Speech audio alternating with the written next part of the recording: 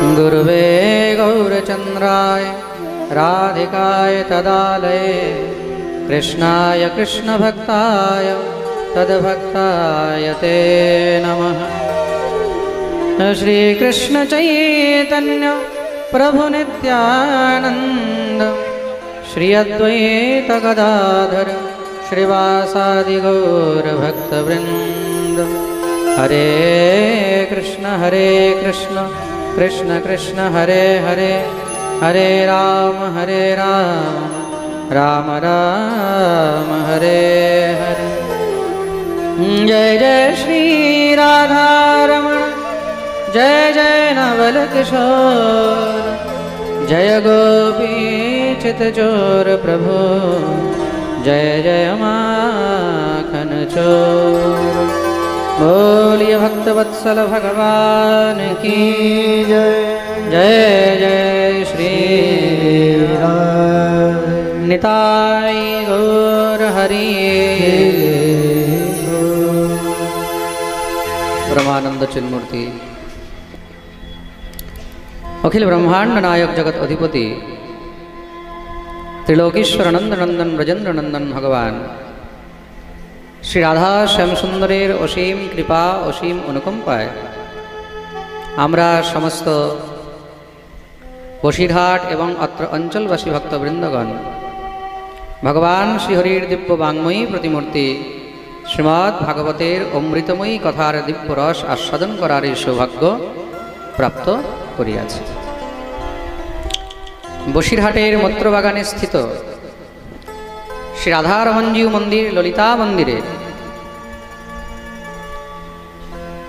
आयोजित এই 52তম বার্ষিক रास महामहोत्सवेर उपलक्षे এই दिव्य श्रीमद् भागवत सप्ताह ज्ञानयज्ञेर आज षष्ठम दिवस। आज आमरा षष्ठम दिवसेर कथाय प्रवेश करछि। उपस्थित सकल साधुगुरु वैष्णवदेर समस्त भक्तवृंददेर भक्तिमती मातृगणेर श्रीचरणे आमी कोटि कोटि प्रणाम जानाई।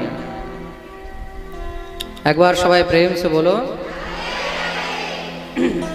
विगत कालकेर पाठे आमरा भगवानेर बाल्यलीला श्री गिरिराज गोवर्धन धारण लीला पर्यन्त कथा वर्णन श्रवण करलाम। श्री गोवर्धननाथ पाद युगलम हैयंगवीन प्रियम नित्यं श्री मथुराधिपं सुखकरं श्री विठ्ठलेशं मुद। बोलिए गिरिराज महाराज की। भगवान गिरी के धारण करलेन, नाम हलो गिरिधारी। गोआर गोवृंदे रक्षा करेছেন, তার জন্য नाम हलो गोविंद। কি नाम? करोति धृतनगेन्द्राय गोपानां रक्षकायते सप्ताब्धरूपिणे तभ्यं श्रीहरिदेवायते नमः। और आजो भगवान श्री हरिदेव रूपे गिरिराज तटे मानसी गंगार तटे विराजमान रयेछेन। भगवान जे गिरिराज के धारण करेছেন সেই रूपे आजो ठाकुर दाঁড়িয়ে রয়েছেন। কোথায়? গোবর্ধনে। আপনারা যখন গোবর্ধনে যাবেন, गोवर्धने गेले मानसी गंगार तटे श्री हरिदेव मंदिर रयेछे। कोन मंदिर? सेई हरिदेव मंदिर दर्शन अवश्यई करिबेन। এই हरिदेव मंदिर कोनो साधारण नय, स्वयं भगवान श्रीकृष्णेर प्रपौत्र वज्रनाभ এই विग्रह निर्माण करे गेछिलेन। भगवानेर पुत्र हलेन प्रद्युम्न, प्रद्युम्नेर पुत्र हलेन अनिरुद्ध, तार हलेन वज्रनाभ। এই वज्रनाभ এই विग्रह तैरी करे गेछिलेन। वज्रनाभ द्वादश गोपाल तैरी करेছেন। खूब मन दिए शुनबेन किन्तु। तत्पश्चात वज्रनाभ आमादेर এই যে তিন ঠাকুর गोविंद, गोपीनाथ, मदन मोहन, এই তিন ঠাকুর তৈরি করেছেন। এগুলো সব वज्रनाभের দ্বারাই दिव्य प्रतिष्ठित विग्रह, সেই দাপরের বিগ্রহ। হ্যাঁ, আর তার সঙ্গে দুই দেব আরো রয়েছেন, হরিদেব বলদেব আর কেশবদেব। বলদেব আছেন দাওজিতে, কেশবদেব আছেন মথুরায়। তা যখনই যাবেন गिरिराज गोवर्धने मानसी गंगा स्नान, चक्लेश्वर दर्शन और हरिदेव दर्शन। चक्लेश्वरेर আমাদের মহন্ত মহারাজের তো এখানে অনেক শিষ্য তো আছে, সুবলদাস বাবাজি মহারাজের অনেক শিষ্য আছে না এখানে চকলেশ্বর মন্দিরে। তা গিরিরাজ যখন যাবেন, রাধাকুণ্ড দর্শন, শ্যামকুণ্ড দর্শন, স্নান, কুসুম সরোবর দর্শন, নারদ কুণ্ড দর্শন, এগুলো হলো গিরিরাজের অঙ্গ। গিরিরাজের কি অঙ্গ, এগুলো অবশ্যই দর্শন করা উচিত। রাধাকুণ্ড, শ্যামকুণ্ড, ললিতাকুণ্ড, তৎপশ্চাৎ কুসুম সরোবর, নারদ কুণ্ড, মানসী গঙ্গা, চকলেশ্বর মহাদেব, হরিদেব, তৎপশ্চাৎ মনসা দেবী, তৎপশ্চাৎ দানঘাটি, আনেওর, গোবিন্দকুণ্ড, শ্রীনাথজি, পুঁচরি কে লোঠা, হনুমানজি মহারাজ, তারপরে সুরভি কুণ্ড, খুব মন দিয়ে শুনবে, নবল কুণ্ড, অপ্সরা কুণ্ড, শঙ্কর্ষণ কুণ্ড, এগুলো সব হলো গিরিরাজের অঙ্গ। রুদ্রকুণ্ড, জ্যোতিপুরা মুখারবিন্দ, তারপরে এবার গোবর্ধন, তৎপশ্চাৎ উদ্ধব কুণ্ড ইত্যাদি গিরিরাজের মধ্যে দর্শন অবশ্যই করা উচিত। কুণ্ড কুণ্ড পাবন পরম শ্রী গোবর্ধন নাথ। বলিয়ে গিরিরাজ মহারাজ কি। এই কলিযুগের মধ্যে ভগবান প্রত্যক্ষ শ্রী গিরিরাজ রূপে কিন্তু এখনো বিদ্যমান রয়েছেন। তোমার যা সংকল্প আছে, মনে যা ইচ্ছা আছে, সব নিয়ে গিরিরাজের তটে চলে যাও। গিরিরাজ পরিক্রমা দেবে, ঠাকুরের চরণে জানাবে, তোমার সব মনোবাঞ্ছা পূর্ণ হয়ে যাবে। একদম কিন্তু ভগবানের বাণী এটা। तेरे सब संकट मिट जाए तू पूजा कर गोवर्धन की। समस्त सब ब्रजवासीगण श्री गिरिराजके किन्तु एकनिष्ठभावे ईश्वर मानेन। आजो गिरिराज तटे समस्त ब्रजवासीगण निजेर समस्त सब इच्छा पूर्ण करते सेखानेई जान। शुधु ब्रजेरই नय, आमादेर समस्त सब गौड़ीय वैष्णवदेরও एकमात्र ठाकुर हलेन गिरिराज। তার জন্য গিরিরাজ তটকে অনেক প্রাধান্যতা দেওয়া হয়েছে। আমাদের পূর্বাচার্য শ্রী মাধবেন্দ্র পুরীজি তিনি গিয়ে সর্বপ্রথম ব্রজমণ্ডলে গিরিরাজ তটেই কিন্তু নিবাস করেছিলেন। কোথায় করেছেন? গিরিরাজ তটে। আর সেখানেই গিরি তটে ছিলেন। সেই জায়গার নাম হলো জ্যোতিপুরা। তিনি জ্যোতি ছিলেন তো, মানে সন্ন্যাসী, তা তিনি সেখানে নিবাস করতেন, তার জন্য নাম হলো জ্যোতিপুরা। প্রেম সে বলো। যখনই গিরিরাজে যাবে, গিরিরাজ দর্শন, গিরিরাজ শিলা স্পর্শ পরিক্রমা অবশ্যই করবে। গিরিরাজের এই অঙ্গগুলো, এই কুণ্ডগুলোর জল স্পর্শ করবে। কিন্তু গিরিরাজ শিলা কখনো আনবে না সঙ্গে। গিরিরাজ শিলা বৃন্দাবনের বাইরে, ব্রজের বাইরে কখনো নিয়ে আসতে নেই, তাতে দোষ হয়, অপরাধ হয়। প্রেম সে বলো। হ্যাঁ, গিরিরাজ শিলা কখনো বাইরে আনতে নেই। যেরকম আপনি কাশী গেছেন, তা কাশীতে গেলে কখনো কাশীর গঙ্গা জল আনতে নেই, ঠিক আছে না? আমিও জানতাম না, আমিও একবার ভুল করে নিয়ে চলে এসেছি। এখন আমরা তো আর সর্বজ্ঞ নই। যতটুকু আমরা শাস্ত্রে পড়ছি, গ্রন্থে পড়ছি, মহাপুরুষদের কাছে শুনছি, ততটুকু আপনাদেরকে শুনিয়ে দিই। সবসময় কিছু না কিছু নিত্য নতুন তো জীবনের শিক্ষা রয়েছেই। আমি নিজে কাশী গেছি, ওখান থেকে একবার জল নিয়ে এসেছি। আবার কিছু সময় পরে আমি আবার কাশী গেছি। কাশীতে আমার পরিচিত প্রচুর জায়গা আছে, তো অনেক সন্ন্যাসীগণ, অনেক সাধু বৈষ্ণবগণ আমাকে খুব স্নেহ করেন, মাঝে মধ্যে কোনো উৎসব হলে ডাকেন, তো আমি চলে যাই। তা ওখানে আমাদের একজন শঙ্করাচার্য আছেন, শ্রী প্রকাশানন্দ সরস্বতীজি। আমি ওনার আশ্রমে একটা অনুষ্ঠানে গেছি, উনি আমাকে নিয়ে গেলেন, চলুন গঙ্গা স্নান করতে। গঙ্গা স্নান করতে গেলাম। আমি এবার বললাম, মহারাজ একটা ড্রাম নিয়ে নিই। কেন? বলে জল নেব, বাড়ি নিয়ে যাব, কাশির জল। আমাকে সঙ্গে সঙ্গে একদম হাত টেনে দিলেন, ছি ছি ছি, এই কথা আর বলবেন না। আমি বললাম, কেন? বলে, কাশী থেকে কখনো গঙ্গা জল নিয়ে যেতে নেই। কি বলছেন মহারাজ? বলে, হ্যাঁ। অনেকে জানে না, তার জন্য অপরাধ করে ফেলে। কাশী থেকে কোনো জীব জন্তুও নিয়ে যেতে নেই। কাশীর কোনো জীব, কোনো কুকুর, বিড়াল, ছাগল, কাশীর কোনো জীবও সেখান থেকে নিয়ে যেতে নেই। স্কন্দ পুরাণে খুব স্পষ্ট রূপে নিষেধ রয়েছে। আমি বললাম এই জিনিসটা তুমি জানতাম না মহারাজি? বলছে আপনি এই জিনিস জীবনে কোনোদিন ভুলে আর করবেন না। তা কিছু কিছু জিনিস আছে সেগুলো অবশ্যই মানা উচিত। যেটা আমি কোথা থেকে জানলাম, কোন নতুন জ্ঞান প্রাপ্ত হলো, আপনাদেরকে ওইগুলোকে সব লুটিয়ে দিই আর কি। প্রেম সে বলো, গিরিরাজ শিলা কখনো ব্রজের বাইরে নিয়ে যেতে নেই। খুব মন দিয়ে শুনবে, কিন্তু নিয়ে গেলে কি হবে? অমঙ্গল হবে, হবেই হবে। যেটা নিষেধ আছে সেটা করলে কি হবে? তখন কষ্ট ভোগ করতেই হবে। প্রেম সে বলো, আরে বলো না, আরো জোরে, আরো জোরে, আরো জোরে। জয় জয় শ্রীরাম। এই প্রকার ভগবান গিরিরাজ ধারণ করলেন। গিরিরাজ গোবর্ধন ধারণ লীলা বর্ণন শ্রবণ করানো হয়েছে। একদিনের কথা, নন্দ বাবা একাদশীর পরে দ্বাদশীর দিন ব্রহ্ম মুহূর্তে স্নান করতে গেছেন যমুনায়। আসলে এখনো ব্রহ্ম মুহূর্ত হয়নি, নিশাকালেই চলে গেলেন। নন্দ বাবা প্রত্যেকটি একাদশীর ব্রত করেন। খুব মন দিয়ে শুনবে কিন্তু। একাদশ্যাম নিরাহার সমভ্যর্চ জনার্দনম স্নাতম নন্দস্তু কালন্দ্যা দ্বাদশ্যাম জলমাবেশ। নন্দ বাবা প্রত্যেকটি একাদশীর ব্রত খুব নিষ্ঠা সহকারে করেন।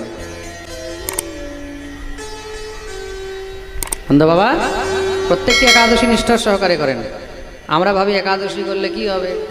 ভগবানের বাপও একাদশী করে, বুঝতে পেরেছেন?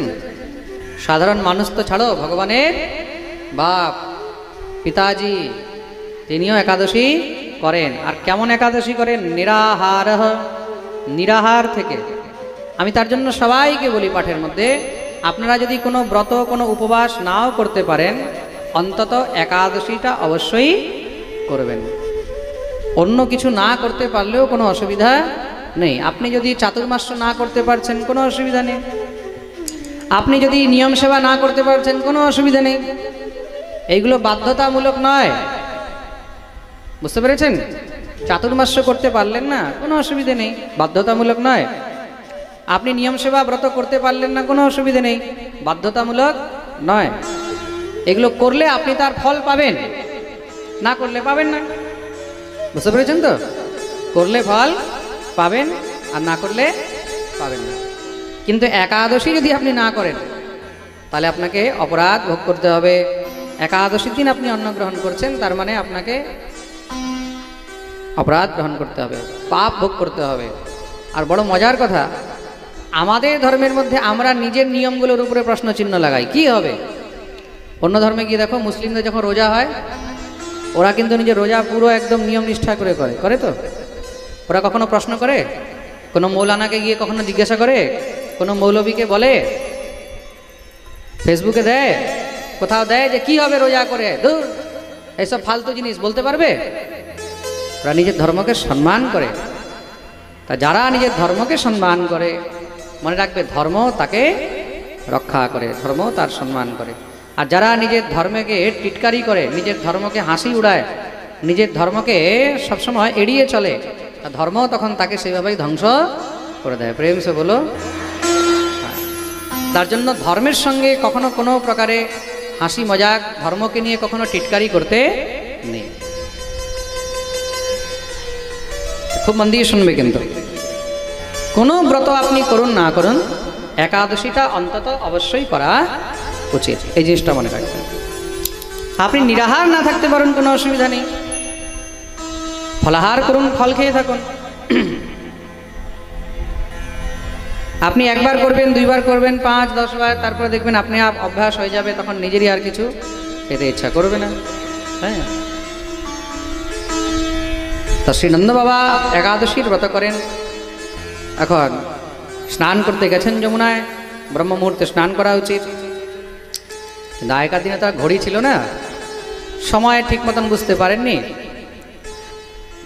নিশাকালেই চলে গেলেন যমুনা স্নান করতে। সেখানে জলদেবতা বরুণের সহচরগণ তারা ভ্রমণ করছিলেন। এই সময় কে জলের মধ্যে সঙ্গে সঙ্গে ধরে নিয়ে চলে গেলেন। এদিকে সকাল থেকে আর যখন নন্দ বাবার কোনো খোঁজ নেই, চারিদিকে খোঁজাখুঁজি চলছে, সব কান্নাকাটি শুরু হয়ে গেছে। মা যশোমতীও কাঁদছে, চারিদিকে খুঁজে আর যখন পাচ্ছে না, সবাই কানাইকে বলছে, কানাই তুই পারবি একমাত্র আনতে।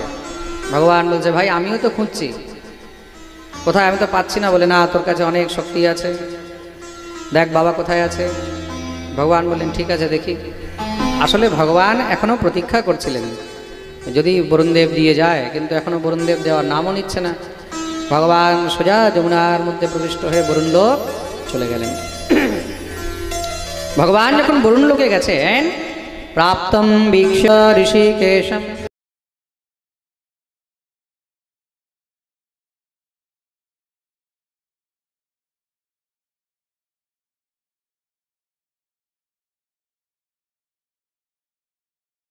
শুরু হয়ে গেছে। ভগবানের স্বাগত হচ্ছে, দুন্দুভি বাজছে, শঙ্খ বাজছে, ঘণ্টা, ঘড়িয়াল, কাঁসা, ঝম্প, চারোদিকে মহারাজ ভগবানের দিব্য স্বাগত শুরু হয়ে গেল।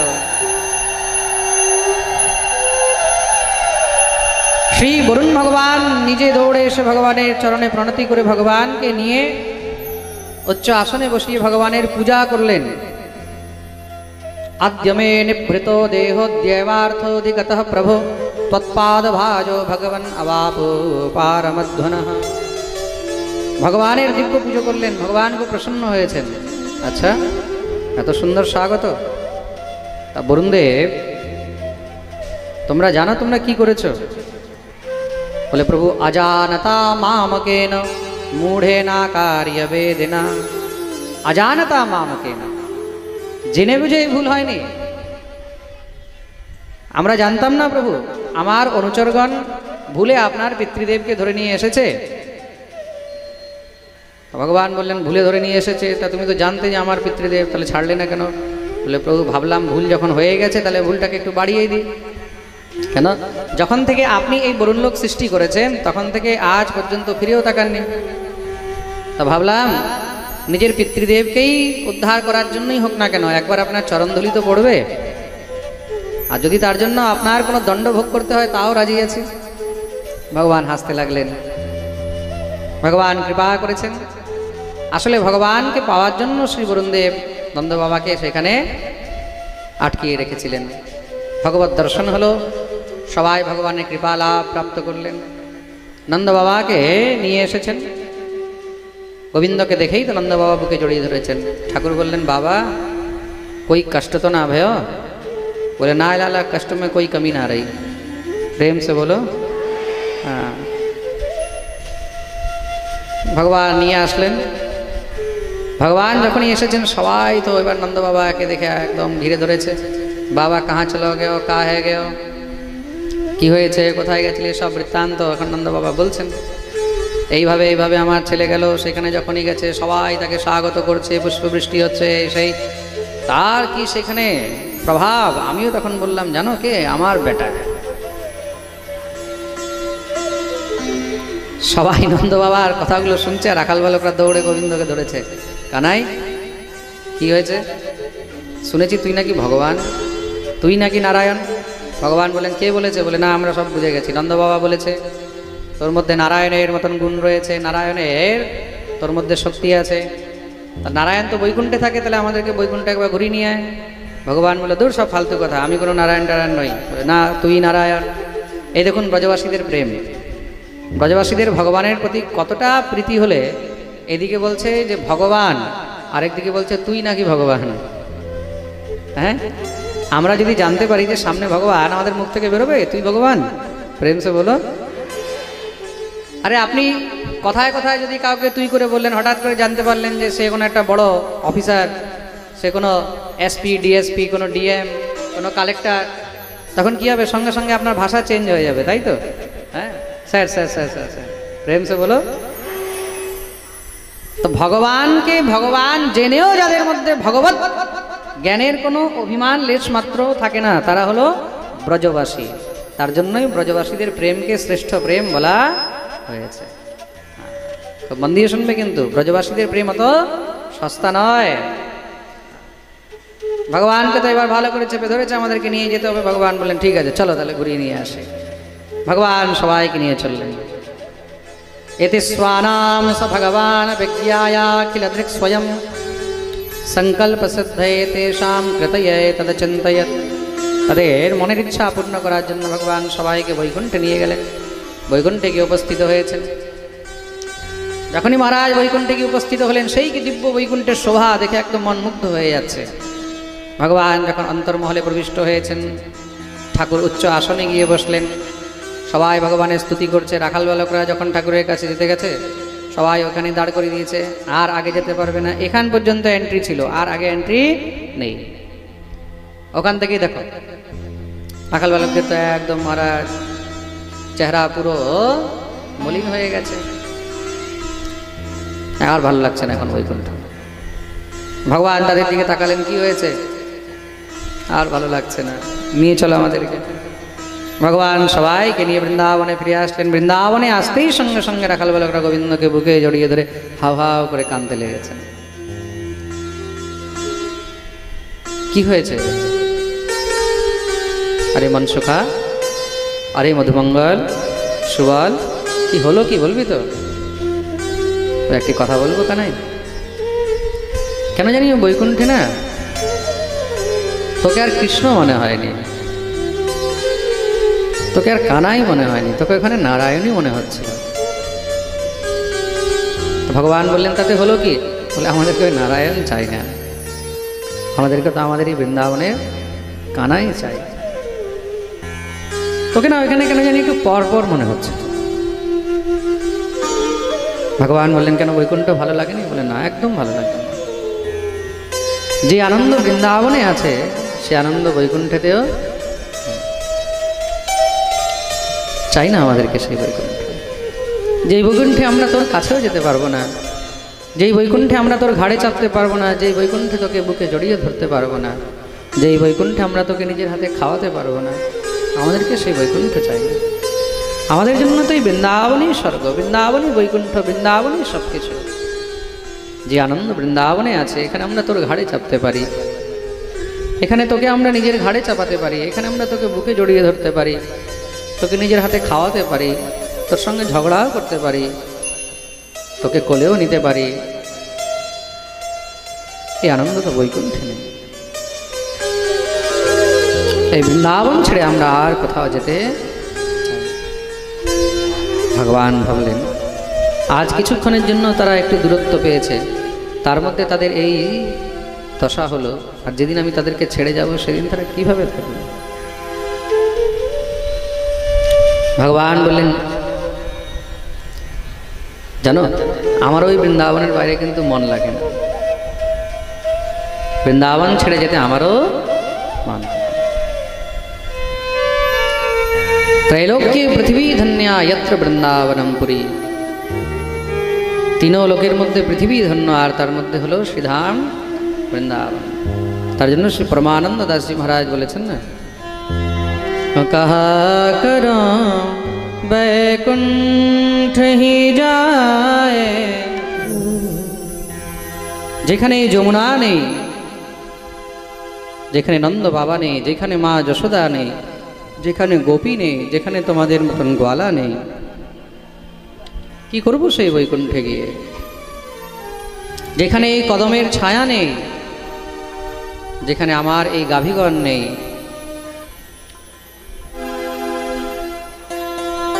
সেই জায়গা যতই উন্নত হোক না কেন, বৃন্দাবন থেকে প্রিয় আমার জন্য।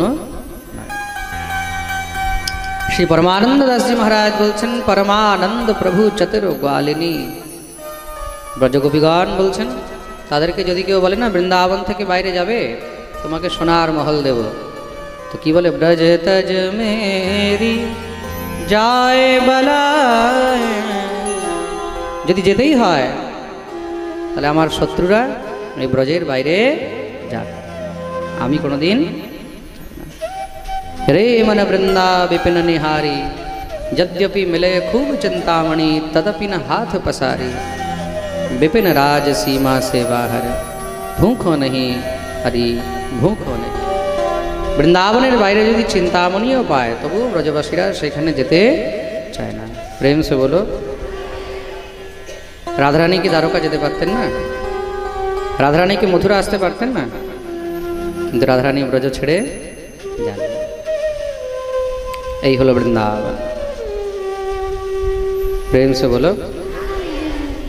বৃন্দাবনের মহিমা কত বর্ণন করা যায়,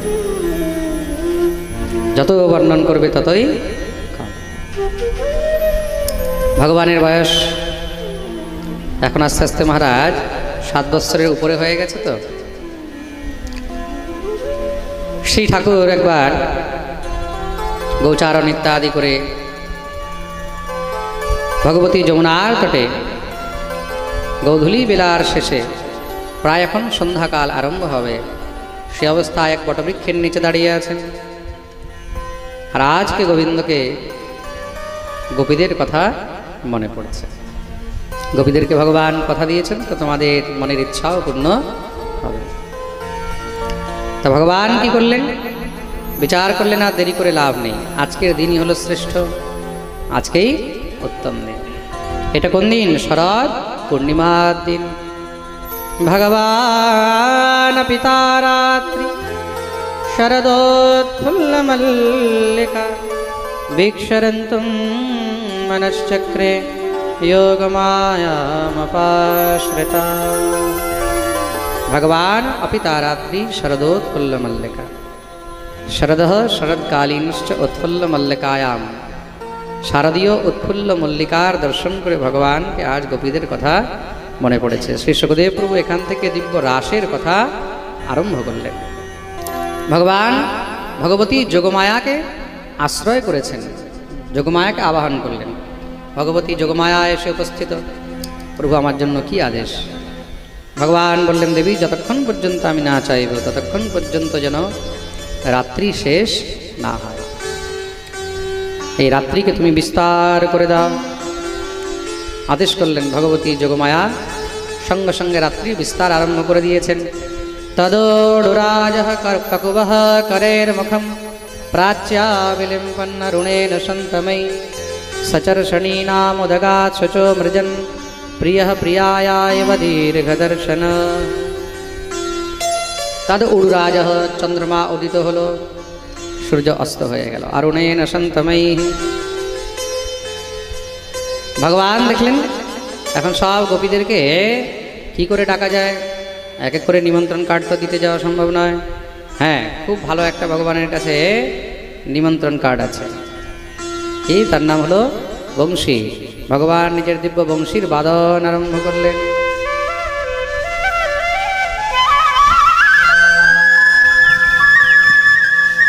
নিশম্য গীতম তদনঙ্গবর্ধনম ব্রজস্ত্রিয়ঃ কৃষ্ণগৃহীতমানসা আজগমুরন্য়োন্যমলক্ষিতোদ্যমা সয়ত্র কান্তো জবলোলকুণ্ডলা। নিশম্য গীতম তদনঙ্গবর্ধনম, সাধারণ নয়, গোপীদের মনকে আকর্ষিত করার জন্য ভগবান নিজের উন্মাদিনী বংশীর বাদন করলেন। সেই বংশীর ধ্বনি শ্রবণ করেই ব্রজগোপীগণ সব উন্মাদিনী হয়ে গেলেন, পাগলের মতন ছুটছেন। যে যেই পরিস্থিতিতে ছিল, যে যেই অবস্থাতে ছিল, সে সেই অবস্থাতেই দৌড়াতে লেগেছেন। দুহন্ত্যোভিয়ো কাশ্চিদ দোহম হিত্বা সমুৎসকাঃ পয়োধিশ্রিত্য সংয়াবমনুদ্বাস্যা পরায়য়ুঃ পরিবেশয়ন্ত্যস্তদ্ধিত্বা পায়য়ন্তঃ শিশূনপয়ঃ শুশ্রূষন্ত্যঃ পতীন কাশ্চিদ অশ্নন্ত্যোপাস্য ভোজনম। কোনো গোপী গাভীর দুগ্ধ দহন করছিল, সেখানেই ছেড়ে দিয়ে দৌড়াতে লেগেছে। কেউ শিশুকে স্তনপান করাচ্ছিল, সেখানেই ছেড়ে দিয়ে দৌড়াতে লেগেছে। কেউ স্বামীর সেবা করছিল, ছেড়ে দৌড়াতে লেগেছে। কেউ মাতা পিতা শ্বশুর শাশুড়ির শুশ্রূষা করছিল, ছেড়ে দৌড়াতে লেগেছে। কোনো সখী শৃঙ্গার করছিল, সেই শৃঙ্গারও উল্টো পাল্টা করে দৌড়াতে লেগেছে। লিম্পন্তেহ প্রমৃজন্তন্যাঞ্জন্তেহ কাষ্ঠলোচনে, এক চোখে কাজল লাগিয়েছে, আরেক চোখে লাগায়নি, দৌড়াতে লেগেছে। কেউ ঠোঁটের লালি গালে মেখে চলে এসেছে। ব্যত্যস্তা বস্ত্রাভরণ, কাপড়ও মহারাজ ঠিক করে পড়তে পারেনি, উল্টো পাল্টা যেমন পেরেছে পরে দৌড়াতে লেগেছে। আহা, কেন? তাদের শুধু একটি ভাব, কৃষ্ণ দর্শন লালসা, গোবিন্দের কাছে যেতে হবে। আজ আমাদের শ্যাম ডেকেছে, আর গোবিন্দের বাঁশি শুনে আর কি থাকা যায়? একবার যার কানে বংশীর ধ্বনি পড়েছে সে কি আর থাকতে পারবে? হ্যাঁ, পাগলিনী হয়ে মহারাজ দৌড়াচ্ছেন। গোবিন্দের কাছে এসে উপস্থিত, চারদিক দিয়ে ঘিরে দাঁড়িয়েছে গোবিন্দকে।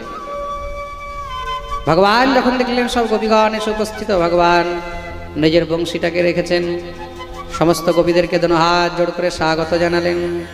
স্বাগতম মহাভাগ প্রিয়ম কিং করবাণিব ব্রজস্যানাময়ম কচ্চিদ ব্রুতাগমন কারণ। আসো আসো, তোমাদের স্বাগত জানাই। তোমরা এখানে কি করছো?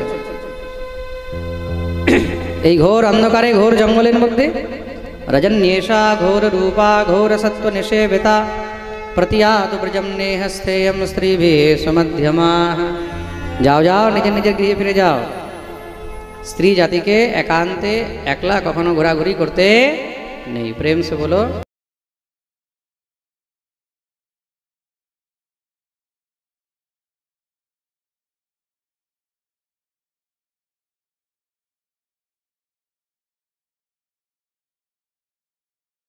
আচ্ছা, এখানে যে গোপীগণ এসেছেন, এই গোপীগণ কে? এখানে গোপী বলতে কি শুধু খালি কন্যাগণ? না না না, এখানে গোপীগণের মধ্যে 9 বছর থেকে নিয়ে 90 বছর পর্যন্ত সব রয়েছে। প্রেম সে বলো। বিক্রীড়িতম ব্রজবধূ ভিরিদম চ বিষ্ণু। খুব মন দিয়ে শুনবেন কিন্তু। কি বৌমা, কি শাশুড়ি, কি মহারাজ, সব যারা যারা গোবিন্দকে মন প্রাণ দিয়ে চেয়েছেন তারা সব সেখানে উপস্থিত রয়েছেন। তা ভগবান তাদেরকে বোঝাচ্ছেন, যাও নিজের মাতা পিতার সেবা করো, ভাই বন্ধুর সেবা করো। কেন? স্ত্রী জাতিকে একান্তে একা কখনো যাওয়া উচিত নয়। নিজে নিজে গৃহে ফিরে যাও। গোপীরা বলছে, আমরা তো ফিরে যাওয়ার জন্য আসিনি। তাহলে কেন এসেছো? বলে, তুমি জানো না? আমি কি করে জানবো? বলে, তুমি তো বাঁশি বাজিয়ে আমাদেরকে ডাকলে। ভগবান বলেন, আচ্ছা তাহলে কি বাঁশি বাজানো বন্ধ করে দেবো? কিন্তু শ্যাম, এমন বাঁশি তো তুমি আর কোনোদিন বাজাওনি। ভগবান বলেন, আচ্ছা ঠিক আছে, চলো এখন যা হওয়ার হয়ে গেছে। তোমরা যখন এসে গেছো, এখন নিজে নিজের ঘরে ফিরে যাও। সখীরা বলছে, আমরা ফিরে যাওয়ার জন্য আসিনি, আর আমরা ফিরে যাব না। আমরা নিজের গৃহ ঘর পরিবার সব ত্যাগ করে এসেছি। ভগবান বললেন, দেখো, ভর্তুহু শুশ্রূষণাম স্ত্রীণাম পরো ধর্ম মায়া। স্বামীর সেবাই হলো একমাত্র স্ত্রীর পরম ধর্ম। স্ত্রীর শুধু একটি ধর্ম। যেই কোনো শাস্ত্র আপনি উঠিয়ে নেন, যেই কোনো গ্রন্থ উঠিয়ে নেন, স্ত্রীর জন্য দ্বিতীয় আর কোনো ধর্ম নেই। স্ত্রীর জন্য কি ব্রত, কি উপবাস, কি দেবতাদের পুজো, এই সব কিছু একদিকে, আর স্বামীর সেবা একদিকে। প্রেম সে বলো। তা বলছে, স্বামী যদি খারাপ হয়, বলে খারাপ বলতে ভগবান বলছে, দুশ্শীল দুর্ভগ বৃদ্ধ জড় রোগ্য অধনো পিবা পতি স্ত্রীভির নহাতব্য লোকেপ্সুভিরপাতকি। স্বামী যদি দুশ্শীল হয়, দুশ্চরিত্রবানও হয়, দুর্ভগ দুর্ভাগ্যযুক্ত হয়, বৃদ্ধ হয়, জড় মানে মূর্খ হয়, আধনো পিবা যদি নির্ধন হয়, পতি স্ত্রীভির নহাতব্য লোকেপ্সুভিরপাতকি, এমন পরিস্থিতিতেও কিন্তু স্বামীকে ত্যাগ করা যায়। প্রেম সে বলো। একমাত্র যদি মহাপাতকী না হয়, একমাত্র যদি মহাপাতকী না হয়, কেউ যদি মহাপাতকী হয়, তখন গিয়ে যদি তাকে ত্যাগ করা যায়। অন্যথা অত সহজে কিন্তু স্বামীকে ত্যাগ করা যায় না, সে যেরকমই হোক। একজন মাতাজি বলছে, মহারাজজি, আমার স্বামী ভগবানকে মানে না, ঠাকুর মানে না, দেবতা মানে না, আমি কি করব? তাই বললাম, সে মানুক চায় না মানুক, তুমি নিজের স্বামীর সেবা করবে। তোমাকে তো মানে? বলে হ্যাঁ আমাকে তো মানে। তোমাকে খেতে দেয় তো? বলে হ্যাঁ খেতে দেয়। তোমার সব ব্যবস্থা দেখে তো? বলে হ্যাঁ দেখে। তা একটা স্বামীর কাছে তুমি আর কি চাও? এর থেকে বেশি চাওয়ার কিছু নেই। স্বামী হলো ভর্তা। স্বামী কি? ভর্তা। ভর্তা যদি তোমার ভরণ পোষণ করছে, তোমার দায়িত্ব নির্বহন করছে, তার থেকে বেশি তুমি যদি আরও খুঁজতে যাও তাহলে তুমি ভগবানের কাছেও পাবে না। প্রেম সে বলো। দেখুন একটা জিনিস খুব মন দিয়ে শুনবেন। আমাদের মনে ইচ্ছা অনেক রকমের থাকে যে আমার স্বামী এরকম হবে, এরকম হবে, এই হবে, সেই হবে, ওই হবে। তা আজ পর্যন্ত পারফেক্ট স্বামী তো কেউ পায়নি। একদম সোজাসুজি কথা বলছে। আজ পর্যন্ত পারফেক্ট স্বামী কেউ পায়নি। ভগবানকেও ভগবানের বউরা গালি দিচ্ছে।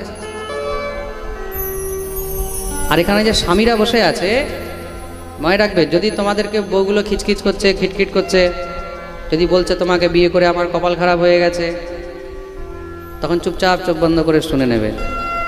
এই কথাগুলো ভগবানকেও শুনতে হয়েছে। হ্যাঁ, এই কথা তো ভগবানকে যদি এই কথা শুনতে, ভগবান স্বয়ং ভগবান স্ত্রীর কাছে, নারীর কাছে ভগবানও পারফেক্ট নয়। ভগবানের মধ্যেও কমি বের করে দিচ্ছে। বাজাচ্ছে যখন ভালো করে বাজিয়ে দাও তাহলে। যারা লাইভ শুনছে সবাইকে বলছি, নারীর কাছে ভগবানও পারফেক্ট নয়। হ্যাঁ, স্পষ্ট লেখা রয়েছে। আমি তো বলতেও পারবো না, এমন এমন গালি দিয়েছে ভগবানকে বউরা। সত্যভামা ভগবানকে গালি দিচ্ছেন, তুমি কপটি, তুমি এই, তুমি ওই, তুমি সেই, তোমাকে বিয়ে করে আমার কপাল খারাপ হয়ে গেছে। ভগবান কি করেছেন? খালি পারিজাত ফুল বেচারা নিয়ে এসছে স্বর্গ থেকে, রুক্মিণীকে দিয়ে দিয়েছে। তা রুক্মিণীকে দিয়েছে কেন? আগুন লেগে গেছে ঘরের মধ্যে। ভগবানকে শেষমেশে যুদ্ধ করে, মানে খালি বউকে শান্ত করার জন্য বেচারা দেবরাজ ইন্দ্রের সঙ্গে যুদ্ধ করে পুরো পারিজাত বৃক্ষ গাছটাকে উঠিয়ে নিয়ে আসতে হয়েছে। বলে নে এবার তুই সুখী থাক। তা স্ত্রীকে তো ভগবানও কখনো কিন্তু পারফেক্ট মানে হয় না। প্রেম সে বলো। তার জন্য যেটা কপালে আছে সেটাকেই গোবর্ধন মনে করে পুজো করো। প্রেম সে বলো।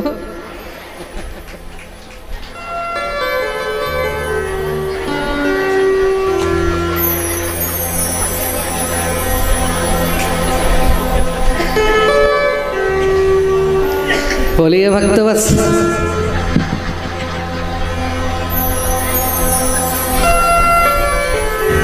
प्रेम से बोलो। তো যেরকমই হোক, দেখো কমি তো থাকবেই কিছু না কিছু এই সংসারের মধ্যে। আচ্ছা, এই কথাটা বলার কারণ কি? অনেকের মনে না এইসব নিয়ে ঘরের মধ্যে বহুত দ্বন্দ্ব হয়। স্বামী স্ত্রীর মধ্যেই তো সব থেকে বেশি দ্বন্দ্ব। তাই দ্বন্দ্ব কোনো মানে নেই। আপনি ভাববেন যে না এই গুণ নেই, ওই গুণ নেই, এই নেই, ওই নেই। সব জায়গায় তো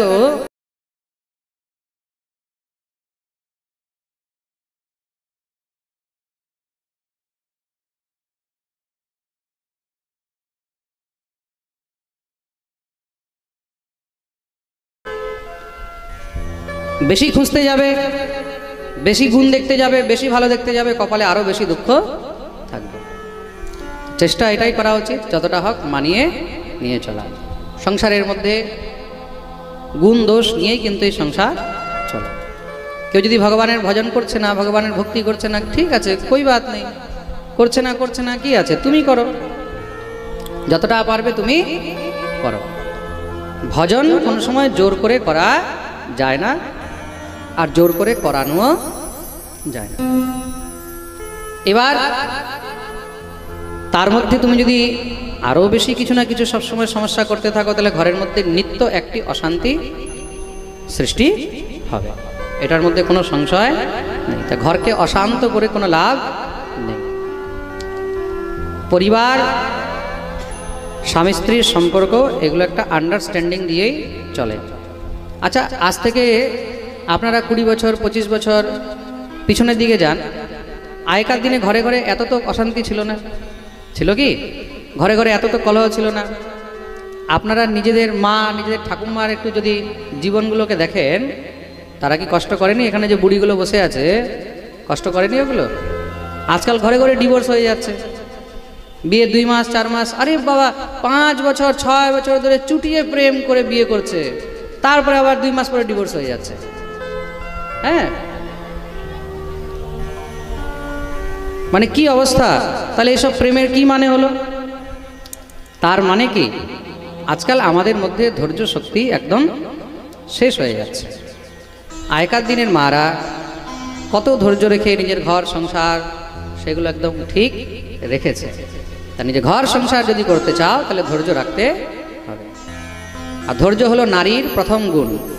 নারীর প্রথম গুণ কি? ধৈর্য। খুব মন দিয়ে শুনবে। স্ত্রীর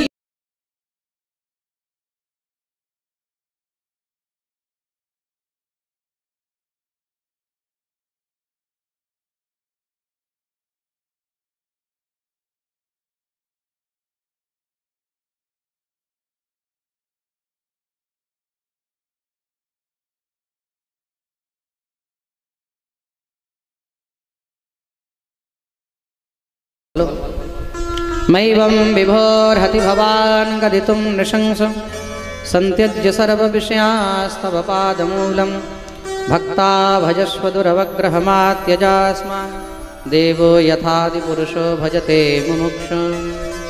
प्रभु তুমি যে বলছো চলে যেতে, তুমি কে? আমরা কার কাছে এসেছি? তুমি কে? তুমিই তো জগৎপতি, তুমি তো জগৎপতি, তুমি তো জগৎ পিতা, তুমি তো জগৎনাথ, তুমি তো জগৎ বন্ধু। তা যখন আমরা নিজের সামনে সাক্ষাৎ জগৎপতিকে পেয়েছি, তারপরে মাটির পুতুলগুলোর কাছে যাব? এগুলো আজ আছে কাল নেই, কিন্তু তোমাকে আমরা সবসময় পাবো না। হে গোবিন্দ, আমাদেরকে চরণ ছাড়া করো না, নিজের চরণে রাখো। ভগবান বললেন তোমাদের বদনামি হবে। বলে হোক বদনামি, হোক বদনামি। তোমার নাম দিয়ে তোমার ভজন করে যদি বদনামি হয়, কেউ যদি বদনাম করে, তাহলে আমরা সেটাও মাথা পেতে। ऐसे वर को क्या वरे जो जन्मे और मर जाए, बर बरिए गिरधर लाल को चुड़ लो अमर हो जाए। भगवती मीराबाई বলছে, বলে এমন সিঁদুর লাগিয়ে কি লাভ যেটা আজ আছে কাল থাকবে না। যদি লাগাতেই হয় তাহলে আমি গোবিন্দের নামের সিঁদুর, আমি কৃষ্ণ নামের সিঁদুর লাগাবো। কেন? এই সিঁদুর হলো পার্মানেন্ট। কোথায় সেই সিঁদুর? এই যে আমরা লাগিয়ে রেখেছি না, এত বড় লম্বা করে, নাক থেকে নিয়ে কপাল পর্যন্ত, এটাই হলো আমাদের গোবিন্দের নামের সিঁদুর। মনে রাখবে, বাকি সিঁদুরের গ্যারান্টি নেই, কিন্তু এই সিঁদুরের গ্যারান্টি আছে। এটা একবার লাগালে আর জীবনভর কোনোদিন মুছতে হবে না, তুমি ডেলি লাগাতে পারবে। তোমার মাথা কোনোদিন খালি থাকবে না। প্রেম সে বলো। এটা আমাদের স্বামীর চিহ্ন, বলে আমাদেরও মালিক আছে, আমাদেরও স্বামী আছে। প্রেম সে বলো। তার জন্য প্রত্যেক হরিভক্ত, প্রত্যেক বৈষ্ণবদেরকে তিলক অবশ্যই করা উচিত। হয়তো প্রথম 2, 4, 10, 20 দিন একটু মনে হবে যে কি, কিন্তু যখন তুমি 10, 20, 25, 1 মাস 2 মাস ধরে তিলক করবে না, তারপরে তিলক না করলে নিজের মুখটাই নিজে দেখতে ভালো লাগে। প্রেম সে বলো। গোপীগণ, গোবিন্দ উপদেশ দিচ্ছিলেন গোপীদেরকে, গোপীরা উল্টো গোবিন্দকে বুঝিয়ে দিলেন। ভগবান আসলে গোপীদের পরীক্ষা নিচ্ছিলেন যে ওরা কি আমাকে সাধারণ মানুষ মনে করে, একবার দেখি। যদি কারোর মনের মধ্যে ভগবানকে নিয়ে কোনো সংশয় থাকতো, ভগবান সঙ্গে সঙ্গে তাকে বিদায় করে দিতেন, যাও, সে আপনি বেরিয়ে যাবে, চলে যাবে। দেখলেন না, সমস্ত গোপীগণ একমাত্র কৃষ্ণগত প্রাণ, তারা কৃষ্ণ ছাড়া আর কিছু বোঝেন না। তার জীবনে যদি ভগবানের নামে বদনামিও হয়, সেটাও বদনাম নয়, সেটা হলো সুনাম। প্রেম সে বলো। মীরাকে কতজন কত কিছু বলতো, হ্যাঁ, मीरा बन गई जोगनिया, मीरा दीवानी हो गई, मीरा मस्तानी हो गई, मीरा पागल हो गई, কত কিছু বলতো কি না? মীরার কোনো ফারাক পড়েছে? ভগবান গোপীদের সঙ্গে দিব্য রাসের মঞ্চন করলেন, রাস আরম্ভ হলো। বলি রাস বিহারী ভগবান কি। बाहुप्रसारपरिरं विकरालकोरुनीभिस्तनालभननर्मनखाग्रपातै शैल्यावलोकहसितैर्व्रजसुन्दरीणाम् उत्तम्भयन् रतिपतिं रमयाञ्चकार। ভগবান গোপীদের সঙ্গে দিব্য রাস বিলাস করছেন, নৃত্য করছেন। দিব্য মহারাজ কোনো গোপীর শৃঙ্গার করছেন, কোনো গোপীর বেণী পাকিয়ে দিচ্ছেন, কোনো গোপীর চুলে গিয়ে মহারাজ সেখানে পুষ্প লাগিয়ে দিচ্ছেন। এই দিব্য আনন্দের মধ্যে কি হয়েছে, কামদেব এসেছেন ভগবানের সঙ্গে যুদ্ধ করতে। আর সেই কাম এসে ভগবানকে দেখে, ভগবানের রূপ মাধুরী দর্শন করে কাম স্বয়ং মোহিত হয়ে গেছে। কাম মানে মদন, কামের এক নাম হলো মদন। তা যিনি মদনকে মোহিত করে নিয়েছেন তার নাম হলো মদন মোহন। বলিয়ে মদন মোহন ভগবান কি। কাম জগৎকে মোহিত করে, আর যিনি কামকে মোহিত করেছেন তিনি হলেন কে, ভগবান শ্রীকৃষ্ণ। তিনি হলেন কোটি কাম কলানিধি। কিন্তু গোপীদের মনে কি হয়েছে, গোপীদের মনে অভিমান হয়ে গেল। তাসাম তৎসৌ ভগমদম ভীক্ষমানম চ কেশবঃ প্রশমায় প্রসাদায় তত্রৈবান্তরধীয়ত। তাসাম তৎসৌ ভগমদম, আসলে কি হয়েছে এখানে, গোপীদের সৌভাগ্যের অভিমান হয়ে গেছে। কখনো কখনো যদি ভাগ্য বেশি ভালো হয়ে যায় না, তারও কিন্তু অভিমান হয়ে যায়। প্রেম সে বলো। তার জন্য ভগবতী কুন্তী বলেছেন না, একটু একটু দুঃখ কষ্ট অবশ্যই জীবনে থাকা উচিত। জীবনে যদি দুঃখ না থাকে, কষ্ট না থাকে, তাহলে মানুষ তখন কাউকে কিছু মনেই করবে না। তো গোপীদের এত সৌভাগ্য হয়েছে যে গোবিন্দকে সাক্ষাৎ কাছে পেয়েছে, অভিমান হয়ে গেল যে আমরাই হলাম শ্রেষ্ঠ। স্বয়ং অনন্ত কোটি ব্রহ্মাণ্ডের মালিক তিনি দেখো শুধু আমাদেরকেই ভালোবাসে, তাই তো সব ছেড়ে দিয়ে শুধু আমাদেরকেই কিন্তু দিব্য আনন্দ প্রদান করছেন। ভগবান দেখলেন অভিমান খুব খারাপ জিনিস, আর যেখানে অভিমান থাকে সেখানে ভগবান কখনো থাকেন না। ভগবান তৎক্ষণাৎ অন্তর্ধ্যান হয়ে গেলেন।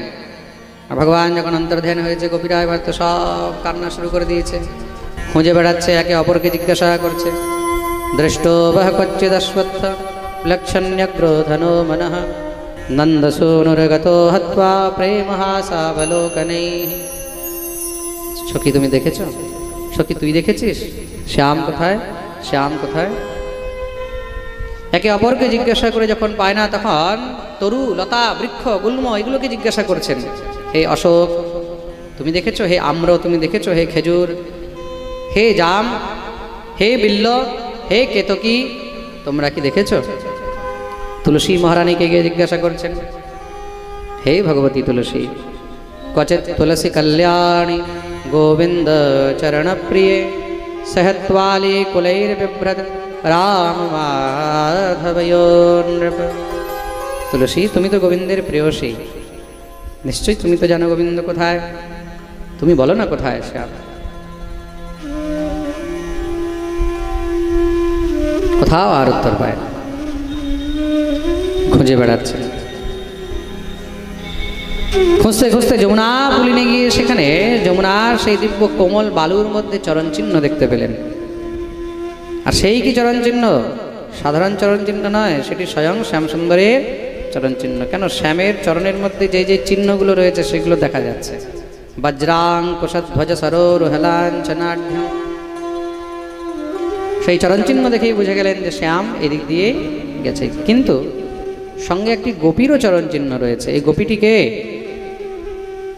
লক্ষ্যন্তে হি ধ্বজাম ভোজ বজ্রাঙ্কুশয়বাদিভিঃ তৈস্তৈ পদেস্তৎপদবীম অনুবিচ্ছন্ত্যোগ্রতো বলাঃ।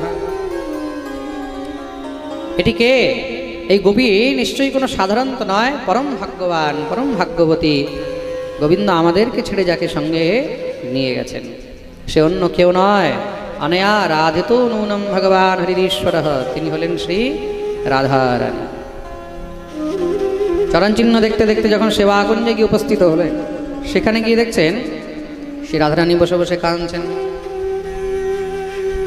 সবাই ঘিরে বসলেন। হে প্রিয়াজি, শ্যামসুন্দর আমাদেরকে ছেড়ে তোমার সঙ্গে নিয়ে এসেছিল, কিন্তু তোমাকেও ছেড়ে গেছে কেন?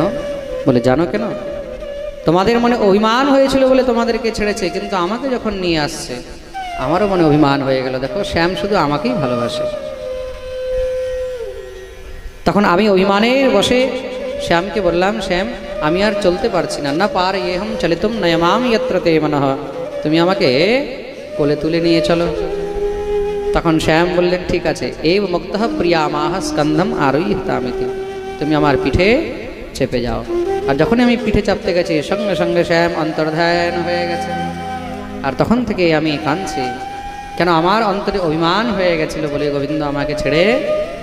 হা নাথ রমণ প্রেষ্ঠ ক্বাসি ক্বাসি মহাভুজ দাস্যাস্তে কৃপণায়ামে সখে দর্শয় সন্নিধিম। তাহলে আমরা কি গোবিন্দকে আর পাবো না? বলে নিশ্চয়ই পাবো। যেখানে যেখানে তার গুণগান হয়, যেখানে যেখানে তার কীর্তন হয়, সে সেখানে দৌড়ে চলে আসে। ভগবতী শ্রী প্রিয়াজি সমস্ত সখীগণদেরকে নিয়ে দিব্য মহারাজ গীত আরম্ভ করলেন। यत्ते सुजात चरणाम्बुर्हं स्तनेषु भीताशनै प्रियदधीमहि कर्कशेषु तेनाटभीमटसि तद्व्यथतेन किंस्वित् कूर्पादिभिर्भ्रमति धीर्भवदायशाम्नः। दिव्य गोविंदेर गुणगान करलेन भगवान আর থাকতে পারেননি। যেখানে অভিমান বেরিয়েছে সেখানে ভগবান তৎক্ষণাৎ এসে উপস্থিত হয়ে গেলেন। তাসামাবির্ভূৎসরি স্ময়মানমুখাম্বুজঃ পীতাম্বরধরঃ স্রগ্ভি সাক্ষান্মন্মথ। ভগবান সেখানে পীতাম্বর ধারণ করে গোপীদের মধ্যে প্রকট হয়ে গেলেন। বলিয়ে রাস বিহারী ভগবান কি জয়। ভগবানকে পেয়ে গোপীগণ মনে হয় প্রাণ ফিরে পেল, দৌড়ে গিয়ে ঠাকুরের চরণে সবাই লোটাতে লেগেছে। হে শ্যাম, তুমি একবার আমাদেরকে ছেড়ে গেলে আমাদের এই দুর্দশা হয়েছে, আর ছেড়ে যেও না। ভগবান বললেন আর ছেড়ে যাব না। তাহলে হে গোবিন্দ, আমাদের সেই রাস কি আর পূর্ণ হবে না? এই রাস কি এইভাবেই ভঙ্গ হয়ে থাকবে? ভগবান বললেন চিন্তা করো না, আবার পুনরায় এই দিব্য রাস আরম্ভ করা হবে। সমস্ত গোপীদেরকে নিয়ে ভগবান আবার পুনরায় রাস আরম্ভ করলেন। রাসোৎসবः সম্প্রবৃত্তো গোপী মণ্ডলমণ্ডিতः যোগেশ্বরেণ কৃষ্ণেন তাসাম মধ্যে হৃদয়োর্দ্বয়। প্রত্যেকটি গোপীর সঙ্গে ভগবান দুটি করে কৃষ্ণ রূপ ধারণ করলেন। গোপীর ডানেও কৃষ্ণ আর বামেও কৃষ্ণ। দেখতেই দেখতে মহারাজ দিব্য রাস এখন রাস নয় মহারাস হয়ে গেছে। কি হয়েছে? এই মহারাজ দর্শন করার জন্য কৈলাস থেকে এসেছেন দেবাদিদেব মহাদেব, সঙ্গে আরেকজন বাবাজিকে নিয়ে এসেছেন, নাম হলো আসুরি মুনি। কি নাম?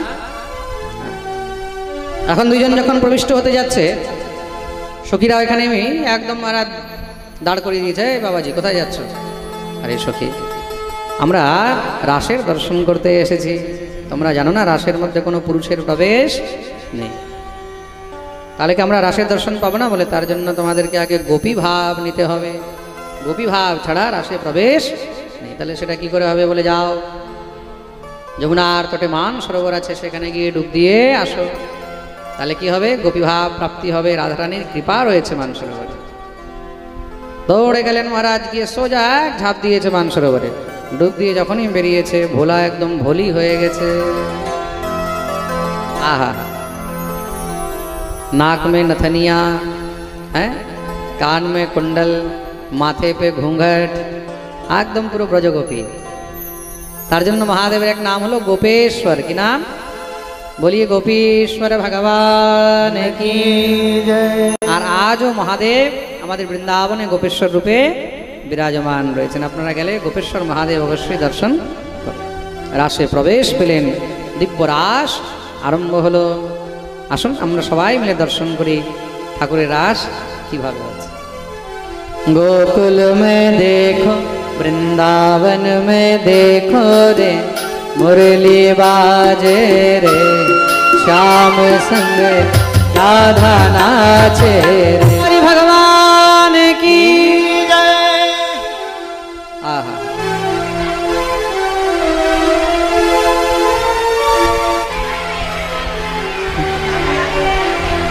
गोकुल में देखो, वृंदावन में देखो रे, मुरली बाजे रे, श्याम संग राधा नाचे रे, श्याम संग राधा नाचे संग राधा नाचे रे, श्याम संग राधा नाचे रे। विक्रीडितं व्रजवधूभिरिदं च विष्णु श्रद्धान्वितो न शृणुयादथ वर्णयेदिय भक्तिं परां भगवती प्रतिलभ्यमा कामं हृदि रोगमाश्विपहिनोत्यचिरेण धीर। श्री सुखदेव प्रभु दिव्य रास वर्णन करलेन। যেই জীব ভগবানের এই রাসের কথা শ্রবণ করে ভগবান তার হৃদয়ের সমস্ত বিকার, হৃদয়ের সমস্ত রোগ শোক তৎক্ষণাৎ নাশ করে দেন। প্রেম সে বলো। তার জন্য প্রত্যেক হরিভক্তদেরকে এই রাসের কথা অবশ্যই শ্রবণ করা উচিত এবং নিত্য পাঠ করা উচিত। শ্রীমদ্ ভাগবতের মধ্যে রাসের 5টি অধ্যায় রয়েছে। কটি অধ্যায় রয়েছে? জোরে বলো। রাসের কটি অধ্যায়? 5টি অধ্যায়। এই রাসের 5টি অধ্যায়কে রাস পঞ্চাধ্যায়ী বলা হয়েছে। কি বলা হয়েছে? হ্যাঁ, রাস পঞ্চাধ্যায়ী। এই 5টি অধ্যায় হলো ভগবানের প্রাণ। এই 5টি অধ্যায় হলো ভগবানের প্রাণ। যেরকম আমাদের মধ্যেও তো প্রাণ আছে। প্রাণ আছে কি না? কার কার মধ্যে প্রাণ আছে? হ্যাঁ, সবার মধ্যে আছে তো? কটা করে প্রাণ আছে? একটা, দুটো নাকি চারটে? একটা তো? কে কে বলছে একটা? হাত উপরে করো। একটা কনফার্ম? লক कर दिया जाए? आपका जवाब बिल्कुल गलत। আমাদের সবার ভিতরে 5টি প্রাণ আছে। কটি? বারবার আমি পাঠে বলি, আমাদের মধ্যে কটি প্রাণ আছে? যাকে পঞ্চপ্রাণ বলা হয়। যাকে পঞ্চপ্রাণ বলা হয়। কি বলা হয়? পঞ্চপ্রাণ। খুব মন দিয়ে শুনবে। 5টি প্রাণ আমাদের সবার মধ্যে রয়েছে। কি কি? পান, অপান, ব্যান, সমান আর উদান। তদ্রূপ ভগবানের পঞ্চপ্রাণ হলো রাসের এই 5টি অধ্যায়। বলি রাস বিহারী ভগবান কি। এই প্রকার মহারাজ দিব্য রাসের কথা বর্ণন শ্রবণ করিয়েছেন। এদিকে কি হয়েছে? দেবতাগণ দেবর্ষি নারদকে পাঠিয়েছে, মহারাজ আপনি তাড়াতাড়ি গিয়ে এবার কংসের উদ্ধারের রাস্তা প্রশস্ত করুন। নারদ কংসের কাছে এসে উপস্থিত হয়েছে। কংস আরেকটি অসুর পাঠিয়েছিল, অরিষ্টাসুর। ভগবান সেই অরিষ্টাসুরের উদ্ধার করলেন। এই অরিষ্টাসুর বৃষরূপ ধারণ করে এসেছিল, ষাঁড়ের রূপ। তা ভগবান যখন তাকে উদ্ধার করেছেন, গোপীগণ বললেন তোমার এখন গোহত্যার দোষ লেগেছে, যেহেতু গোবংশ হত্যা করেছ। তা তার থেকে মুক্তির জন্য ভগবান তখন সমস্ত তীর্থদেরকে আবাহন করলেন যে সব তীর্থে স্নান করলে তখন তার থেকে মুক্তি হবে। তা তখন সেই কুণ্ডের নাম হলো শ্যামকুণ্ড। কি নাম?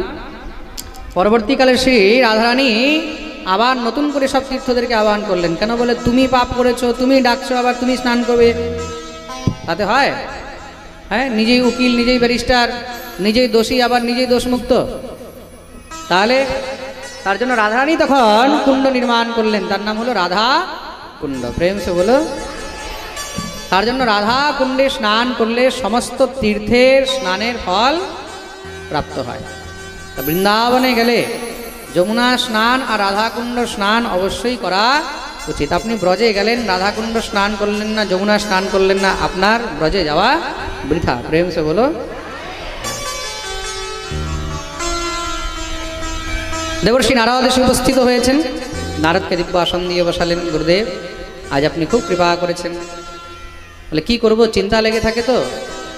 তোমার শত্রুকে এখনো তুমি কিছু করতে পারলে না। বলে কি করব গুরুদেব, যেই অসুর পাঠাই মেরে ফেলে। কারা? ওই নন্দের 2 ছেলে।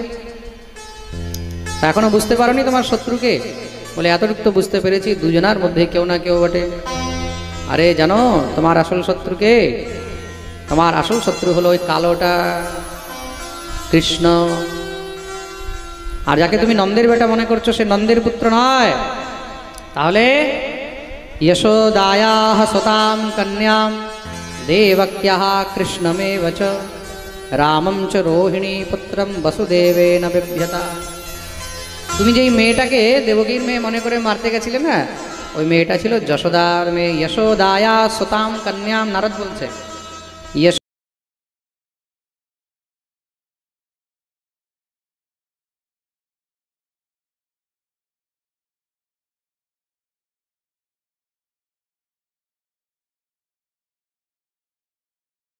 রোহিণী পুত্রম। এই কৃষ্ণ আর বলরাম দুটোই হলো বসুদেবের পুত্র। রাত্রির অন্ধকারে চুপচাপ গিয়ে নিজের পুত্রকে রেখে আর যশোদার কন্যাকে নিয়ে এসেছিল। এই কৃষ্ণই হলো তোমার কাল। শুনেই তো কংস একদম হারার তিল মিলিয়ে গেছে, আমার সঙ্গে এত বড় ছল, আমি ছাড়বো না। কিন্তু গুরুদেব কি করে মারবো তাকে? বলে দেখো, শত্রুকে তার ঘরে মারা আছে, নিজের ঘরে ডেকে এনে মারা বেশি সহজ। তাহলে গুরুদেব সেটা কি করে সম্ভব? বলে বাকিটা নিজে ভাবো, নারায়ণ নারায়ণ নারায়ণ। আমার তো কাজ হয়ে গেছে, আমি যাই আর কি। নারদ নিজের কাজ করে দিয়ে বেরিয়ে গেলেন। কংস কি করেছে, আরেক অসুর পাঠিয়েছে, নাম হলো কেশী দত্ত। এই কেশী দত্ত যখন গেছে মহারাজ, ভগবান এই কেশীর উদ্ধার করে দিলেন। আর যমুনার তটে যে জায়গায় কেশীকে উদ্ধার করেছিলেন সেই জায়গার নাম হলো কেশী ঘাট। কি নাম? হ্যাঁ, আপনারা যখন যাবেন তো বৃন্দাবনের একমাত্র ঘাট কেশী ঘাট, যেখানে এখনো জল আছে। কেশী ঘাটে গিয়ে স্নান অবশ্যই করবেন, ওটাকে কেশী তীর্থও বলা হয়। কেশী ঘাটের স্নানকেও কিন্তু অনেক শ্রেষ্ঠ বলা হয়েছে। প্রেম সে বলো। হ্যাঁ, আমাদের বৃন্দাবনের মধ্যে কিন্তু আলাদা আলাদা 12টি ঘাট আছে, তার মধ্যে কেশী ঘাট হলো সব থেকে শ্রেষ্ঠ। তো মহারাজ সমস্ত সব অসুরদেরকে আদেশ দিলেন, যাও দেবকী বসুদেবকে নিয়ে আবার কারাগৃহে বন্দি করে দাও। বন্দি করে দেওয়া হলো। মন্ত্রীদেরকে নিয়ে আবার সভা ডেকেছে, সবাইকে সব কথা বলে দিলেন। কৃষ্ণই হলো আমার শত্রু, তাকে কিভাবে মারা যায়। তাদের মধ্যে মন্ত্রী চাণুর বলছে, মহারাজ খুব ভালো সুযোগ, কিছুদিন পরে আমাদের এখানে ধনুষযজ্ঞ হবে। ধনুষযজ্ঞে সব অসুররা এখানে থাকবে, সেই সময় এখানে ভালো করে কৃষ্ণ বলরামকে ঘিরে মেরে ফেলা যাবে। কিন্তু কৃষ্ণ বলরামকে সেখান থেকে আনতে যাবে কে? বলে হ্যাঁ, একজন আছে যাকে পাঠালে সহজে কৃষ্ণ বলরামকে ব্রজবাসীরা পাঠিয়ে দেবে। কে? আক্রমণ করে দেবে, বন্দি বানিয়ে নেবে। কোনো মতেও যখন আর মানছে না, তখন শ্রী অক্রূরজি মহারাজ বললেন, দেখো এই মোহ তোমাদেরকে ত্যাগ করতে হবে। বারবার যে আমার কৃষ্ণ বলরাম, আমার কৃষ্ণ, আমার কৃষ্ণ করছো, এই কৃষ্ণ কিন্তু তোমার পুত্র নয়। যখনই বললেন তো শুনেই একদম সেখানে মূর্ছিত হয়ে পড়ে গেছেন মা ভগবতী যশোমতী। কি বলছে? তাড়াতাড়ি করে ভগবান জল নিয়ে এসে যখনই মহারাজ প্রক্ষেপ করলেন, ভগবতী যশোমতী মূর্ছা ভঙ্গ হয়েছেন, গোবিন্দকে বুকে জড়িয়ে ধরে কাঁদতে লাগলেন। কি বলছে তোর কাকা? বলে আমি নয়, স্বয়ং দেবর্ষি নারদ এসে বলে গেছেন এ কৃষ্ণ হলো বসুদেব দেবকীর পুত্র। তোমাদের একটি কন্যা ছিল, যেই কন্যাকে বসুদেব রাত্রির অন্ধকার এখান থেকে নিয়ে গেছে। সমস্ত সব বৃত্তান্ত বলছেন। মা বারবার আছাড় খেয়ে পড়ছে। ভগবান মাকে সান্ত্বনা দিলেন, মা চিন্তা করো না, আমি তোমারই পুত্র, কিন্তু যখন এই কথা ছড়িয়েছে নিশ্চয়ই আমাকে যাওয়া উচিত। কি চাইছেন একবার আমিও তো দেখি। বলে না বাবা, আমি তোকে যেতে দেব। ভগবান বুঝিয়েছেন 2 দিনেরই কথা, তারপর আমি ফিরে চলে আসবো। সেই রাত্রিতে আর কেউ ঘুমাতে পারেনি। সকাল হলো, এদিকে সব ব্রজবাসীরা যাওয়ার জন্য তৈরি হয়েছেন। যমুনা স্নান করে বাল্যভোগ ইত্যাদি করে কৃষ্ণ বলরামকে রথে বসিয়ে অক্রূর চলছেন। যখনই নন্দমহল থেকে রথ নিয়ে এগিয়েছেন, সেই পথের মধ্যে দেখছেন ব্রজগোপীগণ সব পড়ে রয়েছে। অক্রূর হাত জোড় করলেন, আপনারা রাস্তা দেন। গোপীগণ বললেন, আরে অক্রূর, তোমার নাম অক্রূরকে রেখেছে, তোমার নাম তো ক্রূর রাখা উচিত ছিল। ক্রূরস্ত্বম অক্রূর সমাখ্যায়াস্মন চক্ষুর্হি দত্তং হরসে বতাজ্ঞবৎ। তোমার নাম ক্রূর রাখা উচিত ছিল, তোমার হৃদয়ে কিঞ্চিত দয়া নেই। তুমি জানো না, কৃষ্ণ বলরামকে না দেখলে তো আমরা এমনিই মরে যাব। তা কৃষ্ণ বলরামের বিরহে দেহত্যাগ হয়, তার থেকে ভালো তুমি রথ আমাদের বুকের উপর দিয়ে নিয়ে যাও। অক্রূর গোবিন্দের দিকে তাকালেন। শ্যামসুন্দর রথ থেকে নিচে নেমেছেন, নেমে সমস্ত গোপীগণদেরকে সান্ত্বনা দিলেন উঠিয়ে। 2 দিনেরই কথা, আজকে যাচ্ছি, কাল ধনুষযজ্ঞ, পরশুদিন ফিরে চলে আসবো বলে ভগবান রথে উঠলেন। অক্রূর নিয়ে চলছেন, কিন্তু মনে ভয় আছে। এই সুন্দর সুকোমল 2টি বাচ্চা, আর কংস যদি এদেরকে মেরে দেয়। ভগবান দেখলেন যতক্ষণ ভয় থাকবে ততক্ষণ মনে বিশ্বাস হবে না। অক্রূর মধ্যাহ্নকালে রথ দাঁড় করিয়ে যমুনায় স্নান করতে গেছেন। তিনি ত্রিকাল সন্ধ্যা করেন, 3 বেলা সন্ধ্যা বন্দন। যখনই যমুনায় ডুব দিয়েছে, ডুব দিতেই দেখছে সেখানে সহস্র শিরসম দেবম সহস্র ফণমলিনম, হাজার হাজার সেই ফণওয়ালা অনন্তের কোলের উপরে সেই গোবিন্দ বসে আছে। এই কি, আমি তো রথে বসে এসেছিলাম। আবার যখনই জল থেকে বেরিয়ে তাকিয়েছে, রথে বসে হাসছে, আবার যখনই জলের মধ্যে ডুব দিয়েছে, সেই জলের ভিতরে বুঝে গেলেন আমি নিজের সঙ্গে বাচ্চা নয়, কংসের কাল নিয়ে যাচ্ছি। দৌড়ে গিয়ে চরণে পড়ে গেলেন, দিব্য ভগবানের স্তুতি আরম্ভ করেছেন।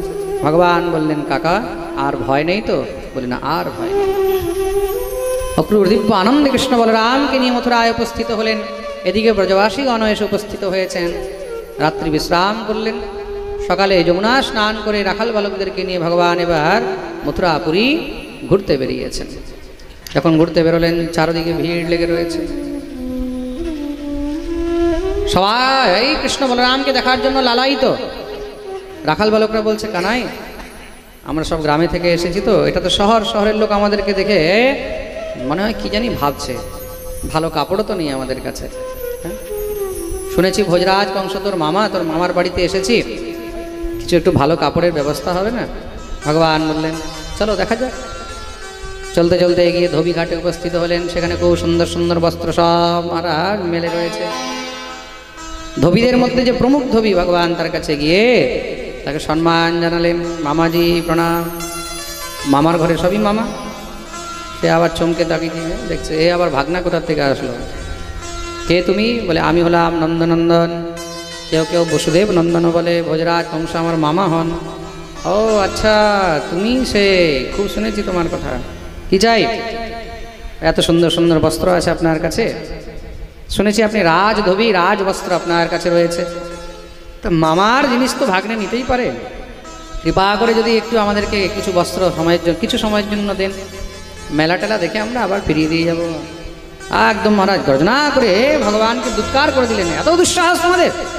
গ্রামের গোয়ালা কোথাকার, এই রাজবস্ত্র তোমাদের জন্য, বেরো এখান থেকে।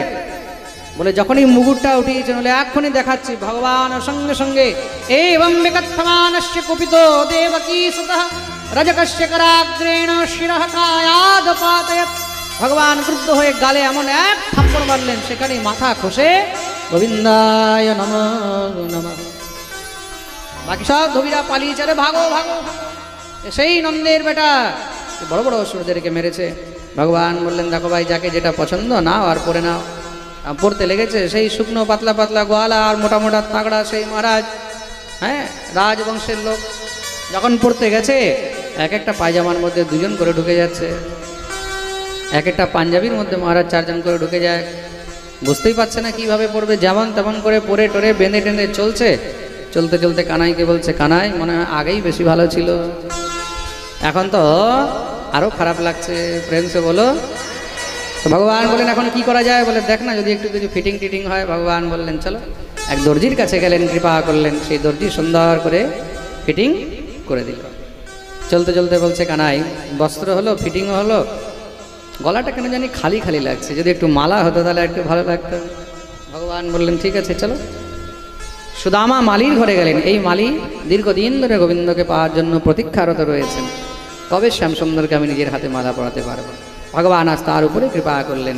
এটা হলো সুদামা মালি।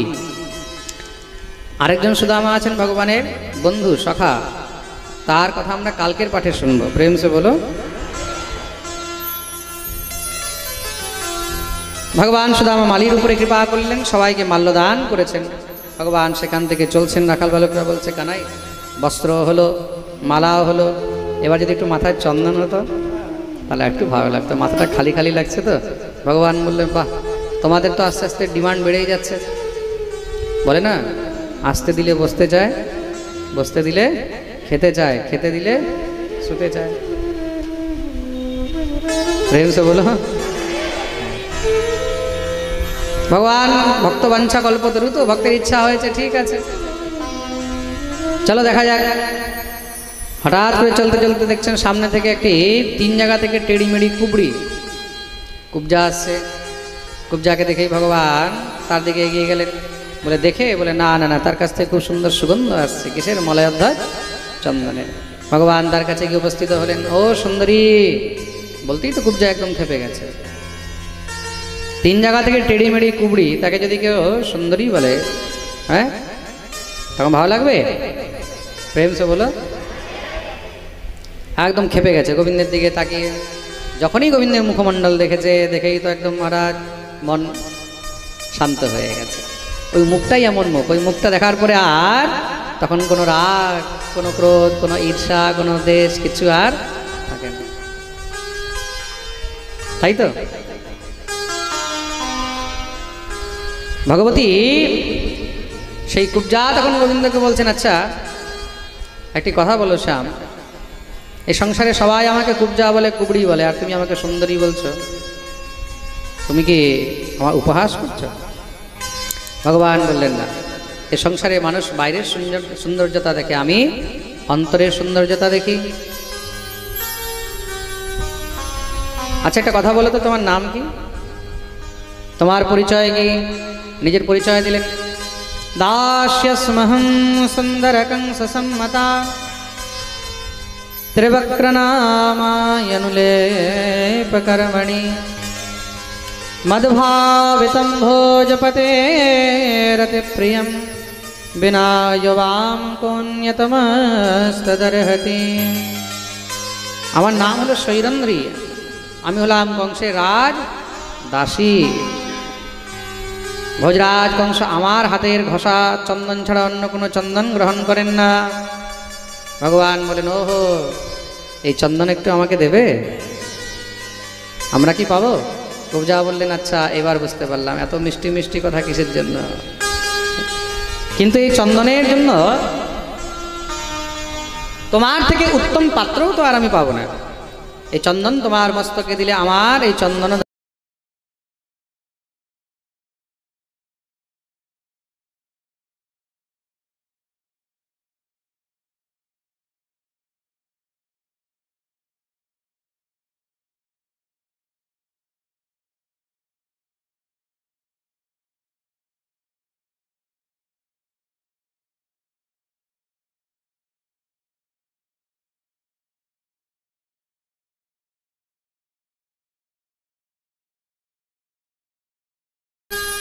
এবার তো কুব্জা গোবিন্দের হাত ধরে টানতে লেগেছে। ভগবান বললেন, এই কি করছো? বলে, এবার তোমাকে আমার ঘরে যেতে হবে। কেন? বলে, আমি একবার মন ভরে তোমার সেবা করতে চাই। ভগবান বললেন, চিন্তা করো না, সেই দিনও আসবে, কিন্তু এখন নয়। কুব্জা বললেন, না, আমি তোমাকে ছাড়বো না। ভগবান বললেন, কেন, কি হলো কি? বলে, তোমার সঙ্গে আমার প্রেম হয়ে গেছে। আহা, আসলে এই কুব্জা কে? ঠাকুরের সঙ্গে তার এত তাড়াতাড়ি প্রীতি হয়ে গেল? বলে, আসলে তার প্রেম তো আরো অনেক জন্মের ছিল। এই কুব্জার পূর্বজন্মের প্রেম, যে প্রেম এখন গিয়ে ভগবান স্বীকার করলেন। বেচারি পূর্বজন্মের যে প্রেম নিবেদন করেছিল গোবিন্দের কাছে, আর প্রেম নিবেদন করতে গিয়ে বেচারি নাক কান কেটে দিয়েছিল। প্রেম সে বলো, কে ছিল এই কুব্জা? পূর্বজন্মের সুপর্ণাখা ছিল। তো বন দিয়ে শুনবেন, আজকে এটা জেনে নেন, কুব্জা পূর্বজন্মে কে ছিল? সুপর্ণাখা ছিল। তো ভগবানকে ভালো তো বেসেছে, বিয়ে করতে গেছে ভালোবেসেছে। এখন ভগবানকে প্রণয় নিবেদন করেছে, আমি তোমাকে ভালোবাসি। তুম সম পুরুষ না মো সম নারী। হে প্রভু, তোমার সমান পুরুষ এই সংসারে আর কেউ নেই, আর আমার সমান সুন্দরী নারী আর কেউ নেই।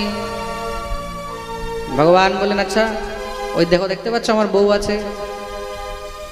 বলে, আচ্ছা এইটা তোমার বউ, এটাকে তো আমি এক্ষুনি খেয়ে ফেলবো। যখনই খেতে গেছে, লক্ষণ কি করেছে? না কেটে দিয়েছে। প্রেম সে বলো। রাম কথার মধ্যে অনেক বিস্তারে আছে, পরে আবার রাম লক্ষণের কাছে পাঠিয়ে দিয়েছে। বলে, আমি তো দেখো এখন বিবাহিত, আমার বউ আছে, ওই আমার ছোট ভাই বেচারা একা আছে, দেখো যদি ওইখানে কিছু কাজ হয়। আবার লক্ষণের কাছে গেছে, বলে, তোমাকে দেখে আমার খুব ভালো লাগলো, তোমার ভাই তো বিবাহিত, তুমি তো খালি আছো, তাহলে তুমি আমাকে স্বীকার করো। লক্ষণ বলছে, দেখো দাদা থাকতে ভাই কি করে স্বীকার করবে, তুমি দাদার কাছে যাও। দাদা বলছে, ভাইয়ের কাছে যাও। বলছে, দাদা ভাই সব কিছু বউটার জন্য এটাকে খেয়ে ফেলবো। নাক কেটে দিয়েছে। আর নাক যে কেটেছে সে তো তার বদলা নেওয়ার জন্য পুরো লঙ্কাই একদম শেষ করিয়ে দিয়েছে। কিন্তু তারপরে সুবর্ণাখার কি হলো? তারপরে সুবর্ণাখা সবকিছু পরিত্যাগ করে দিয়ে সেই শ্রীরামচন্দ্রকে পাওয়ার জন্য, গোবিন্দকে পাওয়ার জন্য দীর্ঘদিন পর্যন্ত তপস্যা করেছেন। তপস্যা করতে করতে, গোবিন্দের চিন্তন করতে করতে সে নিজের দেহ ত্যাগ করলেন। দেহ ত্যাগ করে পরবর্তীকালে দাপরে সে কুব্জা রূপে জন্মগ্রহণ করলেন। ভগবান তাকে কুরূপ বানিয়েছিলেন, কুরূপই ছিলেন। আর তার অন্তরের সে যে প্রেম, সেই প্রেমের কারণে আজকে ভগবান তাকে আবার সুন্দরী বানিয়ে দিলেন। আর এই জন্মে তার মনের ইচ্ছা পূর্ণ হয়ে গেল। তা কুব্জা গোবিন্দকে বলছে, এই জন্মে নয়, সেই জন্ম থেকে আমি তোমাকে ধরার চেষ্টা করেছি, তুমি ধরা দাওনি, এখন আর তোমাকে ছাড়বো না। কুব্জাকে কথা দিলেন। তৎপশ্চাৎ ভগবান বলদেবকে নিয়ে চলে গেলেন কোথায়? ধনুষ যজ্ঞের মধ্যে। দেখতে দেখতে মহারাজ সেই ধনুষকে প্রণাম করে খেলনার মতন তুলে নিয়েছেন। যখনই ধনুষকে তুলেছে সব তেড়ে এসেছে। যখনই মহারাজ সৈন্য সিপাহীরা কংসের গোবিন্দের দিকে এগিয়ে এসেছে, দেখতেই দেখতে ভগবান সেই ধনুষকে একদম মহারাজ টান দিয়ে দুই ভাগ করে দিলেন। ধনুষো ভজ্যমানস্য শব্দ খম্রোদশে দেশঃ। ধনুষ ভঙ্গ করতেই মহারাজ এমন আওয়াজ হয়েছে চারদিকে, কংস শুনে থরথর করে কাঁপতে লেগেছে। দুই ভাই ধনুষের দুই টুকরো নিয়ে সেখানে যত সৈন্য সিপাহী ছিল এক এক করে সবার গোবিন্দায় নমো নমঃ উদ্ধার করে দিলেন। সেখান থেকে রঙ্গমঞ্চের দিকে এসেছেন। রঙ্গমঞ্চের দ্বারে বিশাল বড় এক হাতি দাঁড়িয়ে রয়েছে, নাম হলো কুবলেয়া পীড় হাতি। সে হাতি যখনই ঠাকুরের দিকে তেড়ে এসেছে, ভগবান লাফ দিয়ে গিয়ে তার লেজ ধরে ঘোরাতে ঘোরাতে এমন আছাড় মেরেছেন, সেখানেই তার গোবিন্দায় নমো নমঃ। দুই ভাই মিলে হাতির দুই দাঁত ভেঙে মহারাজ কাঁধে নিয়ে একদম রঙ্গমঞ্চে প্রবিষ্ট হয়েছেন। যখনই রঙ্গমঞ্চে প্রবিষ্ট হয়েছেন, ভগবানকে দেখে তো কংস থরথর করে কাঁপছে। আর সেখানে যারা যারা ছিল সবাই নিজের নিজের ভাব অনুসারে ভগবানকে দেখছেন। ভগবানকে দেখতে কেমন লাগছে? মল্লানাম শনির নৃণাম নরবরঃ স্ত্রীণাম স্মরো মূর্তিমান গোপানাম স্বজনো সতাম ক্ষিতিভুজাম শাস্তা সপিত্রো শিশু মৃত্যু ভোজপতের বিরাট বিদুষাম তত্ত্বম পরম যোগিনাম বৃষ্ণীনাম পরদেবতেতি বিদিতো রঙ্গম গতঃ সাগ্রজঃ। যত পালোয়ানরা ছিল সেখানে, সামনে রঙ্গমঞ্চে বড় বড় পালোয়ানরা দাঁড়িয়ে রয়েছে, চানুর মুষ্টিক শাল তোশল কুট ইত্যাদি। তারা কি দেখছে? সামনে অনেক বড় পালোয়ান আছে আমাদের। স্ত্রীনাম স্মরো মূর্তিমান, স্ত্রীগণ কি দেখছেন? সামনে আমাদের সাক্ষাৎ প্রিয়তম দাঁড়িয়ে রয়েছেন। বৃষ্ণীনাম পরদেবতেতি বিদিতো, বৃষ্ণীগণ দেখছেন, এ তো আমাদের সম্পর্কে ভাইপো, ভাই, কাকা, জেঠা, হ্যাঁ, যে যেরকম সম্পর্কে আছে তারা সেইভাবে দেখছে। আর কি? মৃত্যুর ভোজপতের বিরাট বিদুষাম, ভোজরাজ কংস দেখছে আমার মৃত্যু দাঁড়িয়ে আছে। জাকি রহি ভাবনা জয়সি প্রভু মূরতি দেখি তিন তৈসি। যার যেমন ভাবনা সে সেইভাবেই ভগবানকে দেখছেন। ভগবান একই, কিন্তু যার যেমন ভাবনা সে সেইভাবেই ভগবানকে দর্শন করছেন। ভগবান ভোজরাজ কংসকে হাত জোড় করলেন, মামাজি প্রণাম। মামাজি তো একদম মারা হালুয়া টাইট, থরথর কাঁপছে। হ্যাঁ হ্যাঁ হ্যাঁ, আসো আসো আসো। মামাজি, আমাদের জন্য এত ভালো স্বাগত, হাতি ঘোড়া সব লাগিয়ে দিয়েছেন মারার জন্য। বলে চিন্তা করো না, বড় বড় পালোয়ানগুলো এখনো বাকি আছে, এদের সঙ্গে তোমাদেরকে আগে মল্লযুদ্ধ করতে হবে। ভগবান বললেন, আমরা তো ছোট বাচ্চা, আমরা এদের সঙ্গে কি যুদ্ধ করব? তখন সেই পালোয়ানদের মধ্যে চাণুর মুষ্টিক তারা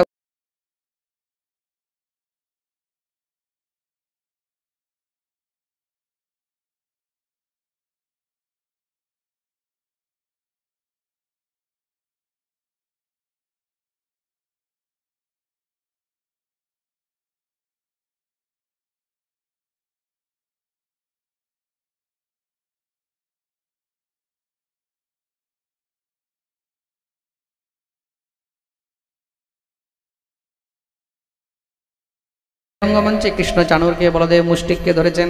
দেখতে দেখতে মল্লযুদ্ধ আরম্ভ হলো। দুই ভাই মারায় এমন আছাড় মেরেছে, সেখানেই তাদের গোবিন্দায় নমো নমঃ।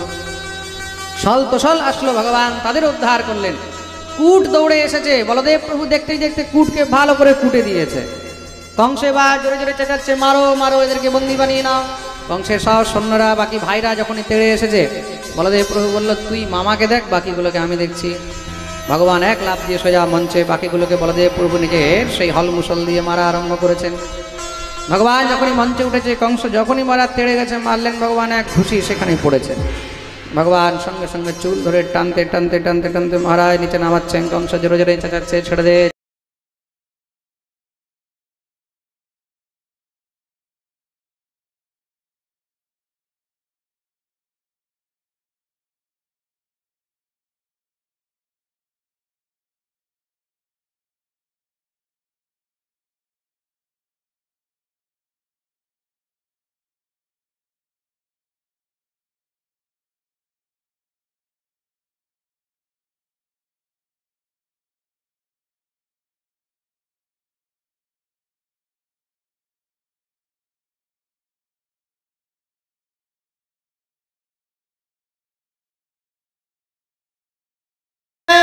नेतु दुन्दुभयो व्योम्नि ब्रह्मेशाद्या विभूतयः पुष्पै किरन्तस्तं प्रीता सशंसुरनन्दितो स्त्रियः। दिव्य भगवाনের जय जयकार हलो। भगवान সেখান থেকে কংসের উদ্ধার করে গিয়ে কারাগৃহ থেকে কংসের পিতা উগ্রসেনকে মুক্ত করলেন, নিজের মাতা পিতা দেবকী বসুদেবকে মুক্ত করলেন। দেবকী বসুদেব গোবিন্দকে পেয়ে বুকে জড়িয়ে ধরে কাঁদছেন। আহা, সেই গেছিল এতটুকু, আর এখন এত বড়। যদ্যপি সবাই চায় যেন কৃষ্ণ রাজা হোক, কিন্তু ভগবান নিজে রাজা না হয়ে উগ্রসেনকে রাজা বানালেন। কংসের অন্ত্যেষ্টি সংস্কার ইত্যাদি করা হয়েছে। নন্দ বাবা এবার বললেন কানাই চলো। ভগবান বললেন বাবা তুমি এখন যাও, আমরা কিছু সময় পরে আসবো। চারদিকে তো জানাজানি হয়ে গেছে যে কৃষ্ণই হলেন দেবকী বসুদেবের পুত্র। নন্দরায় বললেন তাহলে কানাই আমাদেরকে ভুলে যাবে না তো বাবা? না বাবা, সে কি হয়, চিন্তা করো না, আমি বৃন্দাবন ছেড়ে থাকতে পারবো না, আমি শীঘ্রই আসবো। কিন্তু আমি যদি এখন চলে যাই তাহলে আমার মামার যে শ্বশুর মশাই সে তো মহা অত্যাচারী, জরাসন্ধ, সব মথুরাবাসীদেরকে মেরে ফেলবে। ভগবান বুঝিয়ে পাঠালেন। এদিকে কৃষ্ণ বলরামের উপনয়ন সংস্কার করা হলো। এখন তো যেহেতু ক্ষত্রিয়ের পুত্র, উপনয়ন সংস্কার করাতে হবে। গুরুকুলে যাবেন বিদ্যা অধ্যয়নের জন্য, তা দ্বিজাতীয় সংস্কার হলো। উপনয়ন সংস্কার করালেন কে? গর্গাচার্য মুনি। তিনি হলেন যদুবংশীদের আচার্য, কুল পুরোহিত। উপনয়ন সংস্কার করালেন, গায়ত্রী মন্ত্রের দীক্ষা দিয়েছেন। ভগবান এবার বিদ্যা অধ্যয়ন করতে গেছেন কোথায়? সন্দীপনী মুনির আশ্রম, অবন্তিকাপুরী উজ্জয়িনীতে। সেখানে 64 দিন থেকে ভগবান সমস্ত বিদ্যা গ্রহণ করলেন। সেখানে ভগবানের বন্ধুত্ব হলো সুদামা ব্রাহ্মণের সঙ্গে। গুরুকুল থেকে বিদ্যা অধ্যয়ন করে ভগবান আসার সময় গুরুদেবকে দক্ষিণারূপে গুরুদেবের মৃতপুত্র ফিরিয়ে দিয়ে আসলেন। পরীক্ষিত প্রশ্ন করেছেন, বলে প্রভু একটি কথা বলুন, ভগবানকেও কি গুরু করতে হয়? শ্রী সুখদেব প্রভু বলছেন নিশ্চয়ই করতে হয়। কেন? ভগবান দেখিয়ে দিয়েছেন এই সংসারে গুরু ছাড়া কিন্তু ভগবানেরও গতি। মনে রাখবে কিন্তু, গুরু ছাড়া ভগবানেরও গতি। গুরু বিনা ভবনিধি তারহি না কই। তার জন্য জীবনে একজন সদ্গুরুর পরম দরকার রয়েছে।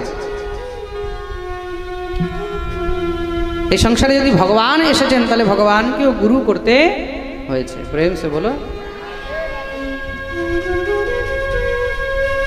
ভগবান মথুরায় নিবাস করছেন। ভগবানের সেখানে বন্ধুত্ব হলো উদ্ধবের সঙ্গে। কার সঙ্গে? ভগবানের অত্যন্ত প্রিয় বৃষ্ণীনাম প্রবরো মন্ত্রী কৃষ্ণস্য দয়িতঃ সখা শিষ্য বৃহস্পতে সাক্ষাৎ উদ্ধব বুদ্ধি সপ্তম। বৃষ্ণীনাম প্রবরো মন্ত্রী, পরম বুদ্ধিমান শ্রী উদ্ধবজি মহারাজ, বৃহস্পতির শিষ্য। আর যত বুদ্ধি, যত জ্ঞান, তত অভিমানও আছে। ভগবান দেখলেন যদি তার মধ্যে অভিমান থাকে তাহলে সে আমার কাছে থাকতে পারবে না। ভগবানের কাছে একমাত্র সেই থাকতে পারে যে অভিমান শূন্য হয়। ভগবানকে অভিমানী জীব প্রিয় নয়। ভগবানকে একমাত্র অভিমান শূন্য নিরাভিমানী জীব অত্যন্ত প্রিয়। তাহলে এই উদ্ধবের যে জ্ঞানের অভিমান রয়েছে এটা কি করে খণ্ডন হবে? তা জ্ঞানকে একমাত্র প্রেম দিয়েই খণ্ডন করা যায়। তাহলে প্রেমী কারা? প্রেমী হলো ব্রজবাসীগণ। উদ্ধবকে ব্রজে পাঠালেন।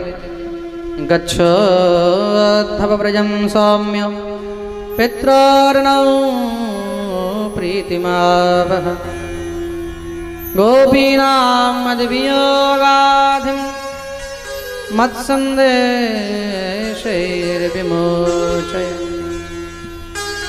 উদ্ধব তুমি যাও বৃন্দাবনে।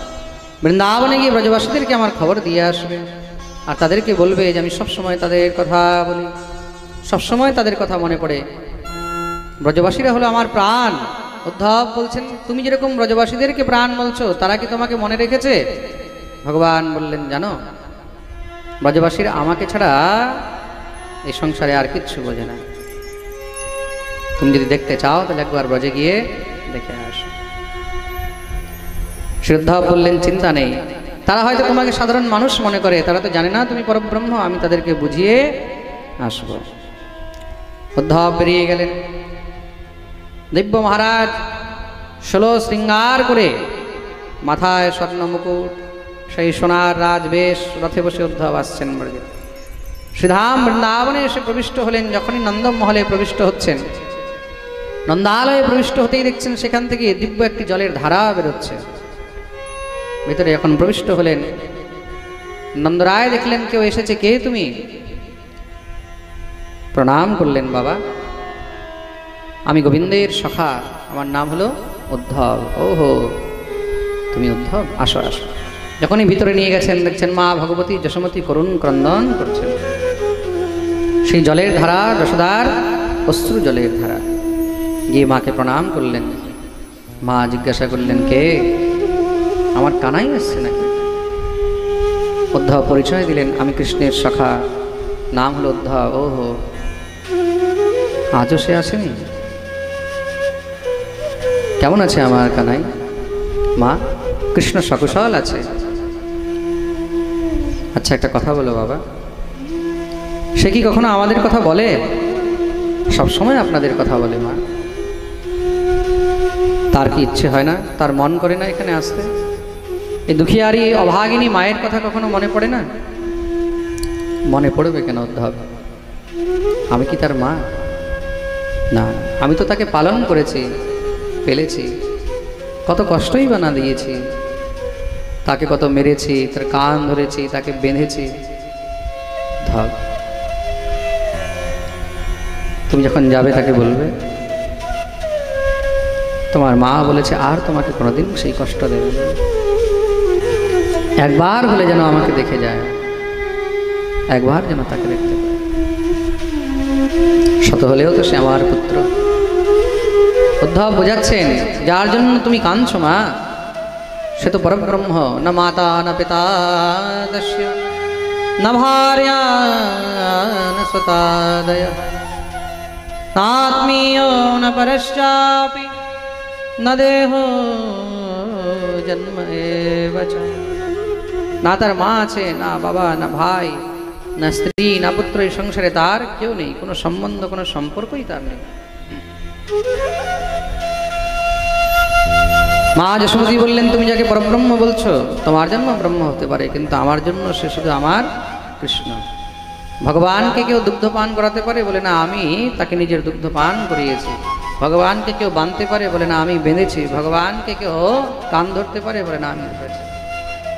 তোমার জ্ঞান তোমার কাছে রাখো, সে আমার কৃষ্ণ, আমার পুত্র। গোপীগণ খবর শুনেছেন যে মথুরা থেকে কেউ এসেছে, দৌড়ে আসলেন। উদ্ধবকে বললেন, শুধু তুমি মায়ের দশা দেখেছ, আরো বাকি ব্রজবাসীদের, ব্রজগোপীদের দশা দেখো। নিয়ে চললেন যমুনার তটে। সমস্ত গোপীগণ কৃষ্ণ বিরহ ব্যথিতা সেখানে ক্রন্দন করছেন বসে। তার মধ্যে শ্রী রাধারানী মধ্যে বসে রয়েছেন। উদ্ধব দূর থেকেই যখন রাধারানীকে দেখেছেন, গোবিন্দের মুখে যে রাধা শুনেছেন, শ্রী রাধারানীর সেই রূপ মাধুরী দর্শন করে বুঝে গেলেন ইনি একমাত্র গোবিন্দ প্রিয়া শ্রী রাধারানী। যখনই কাছে উপস্থিত হয়েছেন, শ্রী রাধারানী বললেন, জানি মস্বামি যদুপতে পার্ষদম সমুপাগতম। জানি তুমি সেই যদুপতির প্রেষিত পার্ষদ, সেই তোমাকে পাঠিয়েছে, তাই না? বলো বলো, কি বলতে এসেছো? আপনারা কার জন্য কাঁদছেন? যার জন্য কাঁদছেন তিনি তো স্বয়ং ভগবান পরব্রহ্ম। ভগবানকে কেঁদে পাওয়া যায় না। ভগবানকে যদি পেতে হয় তাহলে বিয়োগ নয়, যোগ করুন। যোগের দ্বারা ভগবানকে পাওয়া যায়। শ্রী রাধারানী বললেন, তুমি যোগের কথা বলছো? मन न भय दस बी, एक हतो सो गयो श्याम संग, एक हतो सो गयो श्याम संग, को अब राधेगी, को अब राधेगी। मन न भय दस बी,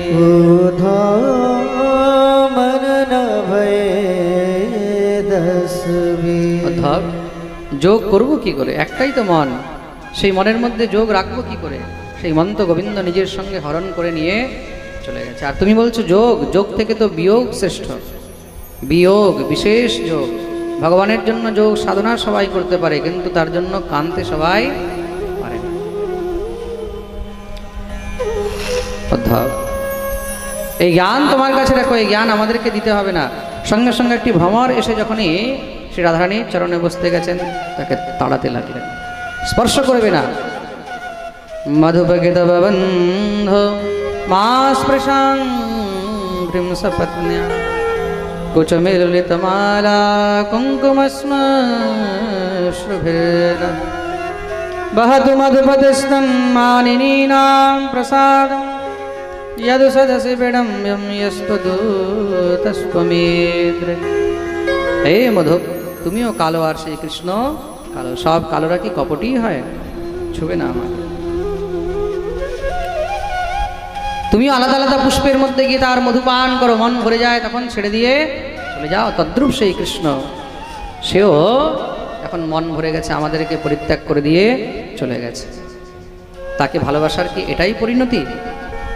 সে এত বড় কপটি, যে যে আজ পর্যন্ত তাকে ভালোবেসেছে, যে যে তার সঙ্গে প্রীতি লাগিয়েছে, সে শুধু তাদেরকে কষ্টই দিয়েছে। কি দোষ করেছিল অসুরগণ? সেই কপটি মোহিনী রূপ ধারণ করে তাদেরকে ছল করলো, তাদের কাছে অমৃত কেড়ে নিল। কি দোষ করেছিল দত্তরাজ বলি? সে তো বলেছিল যা চাই নিয়ে নাও। তার কাছে ছল করে 3 পক ভূমির নামে তার সর্বস্ব হরণ করে নিল। কি দোষ করেছিল সেই সুপর্ণাখা?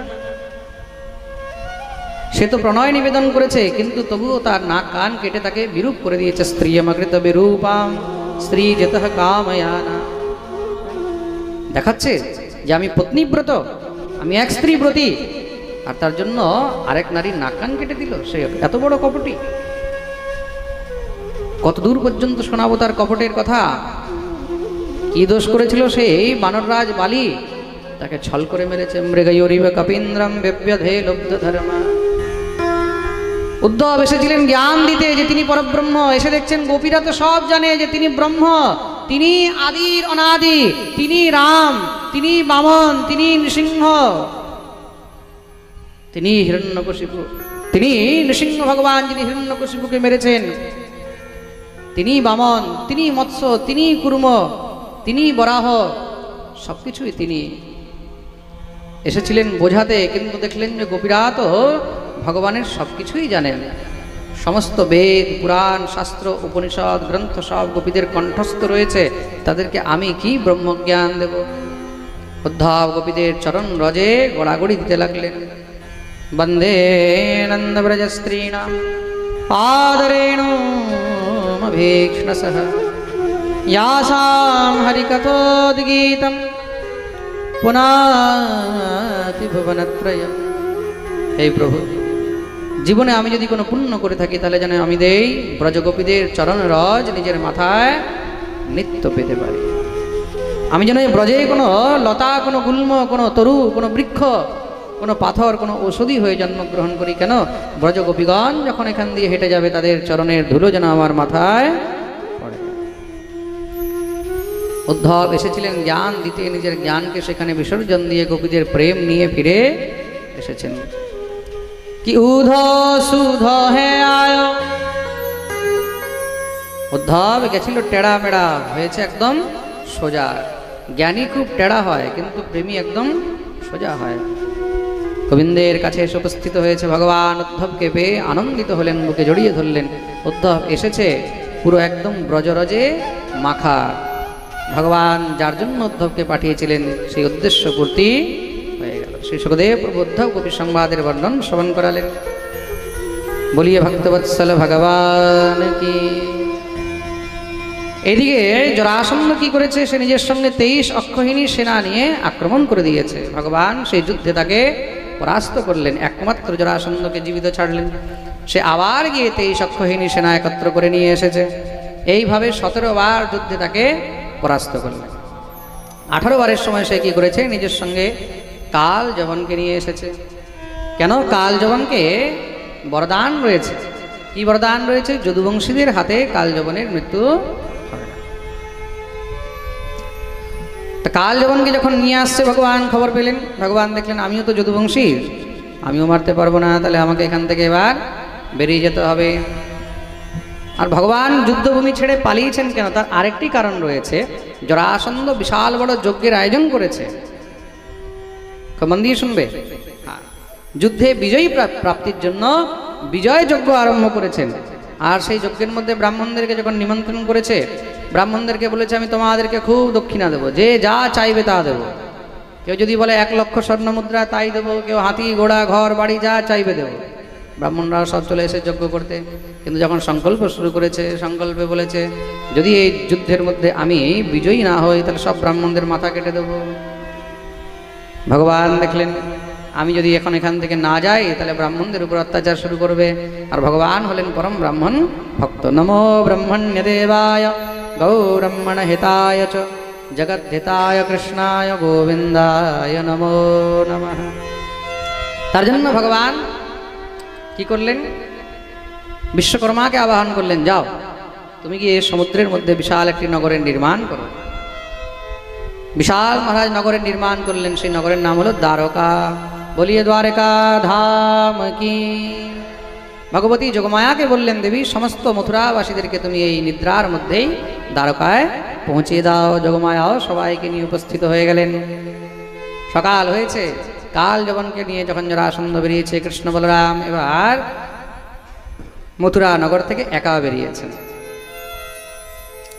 কৃষ্ণকে দেখেই তো কালযবন জোরে জোরে অট্টহাস করছে, কি ব্যাপার হার মেনে গেলে যদুপতি? ভগবান বললেন হার মানিনি। দেখো শত্রুতা আমার তোমার, যুদ্ধ আমার তোমার মধ্যে হওয়া উচিত, নিচে নামো। যখনই কালযবন নিচে নেমেছে গোবিন্দের দিকে এগোতেই ভগবান এবার দৌড়াতে লাগলেন। ভগবান যখন পালাচ্ছে সেও পিছনে পিছনে দৌড়াচ্ছে। হস্ত প্রাপ্ত মেবাত্মানম হরিণাস পদে পদে।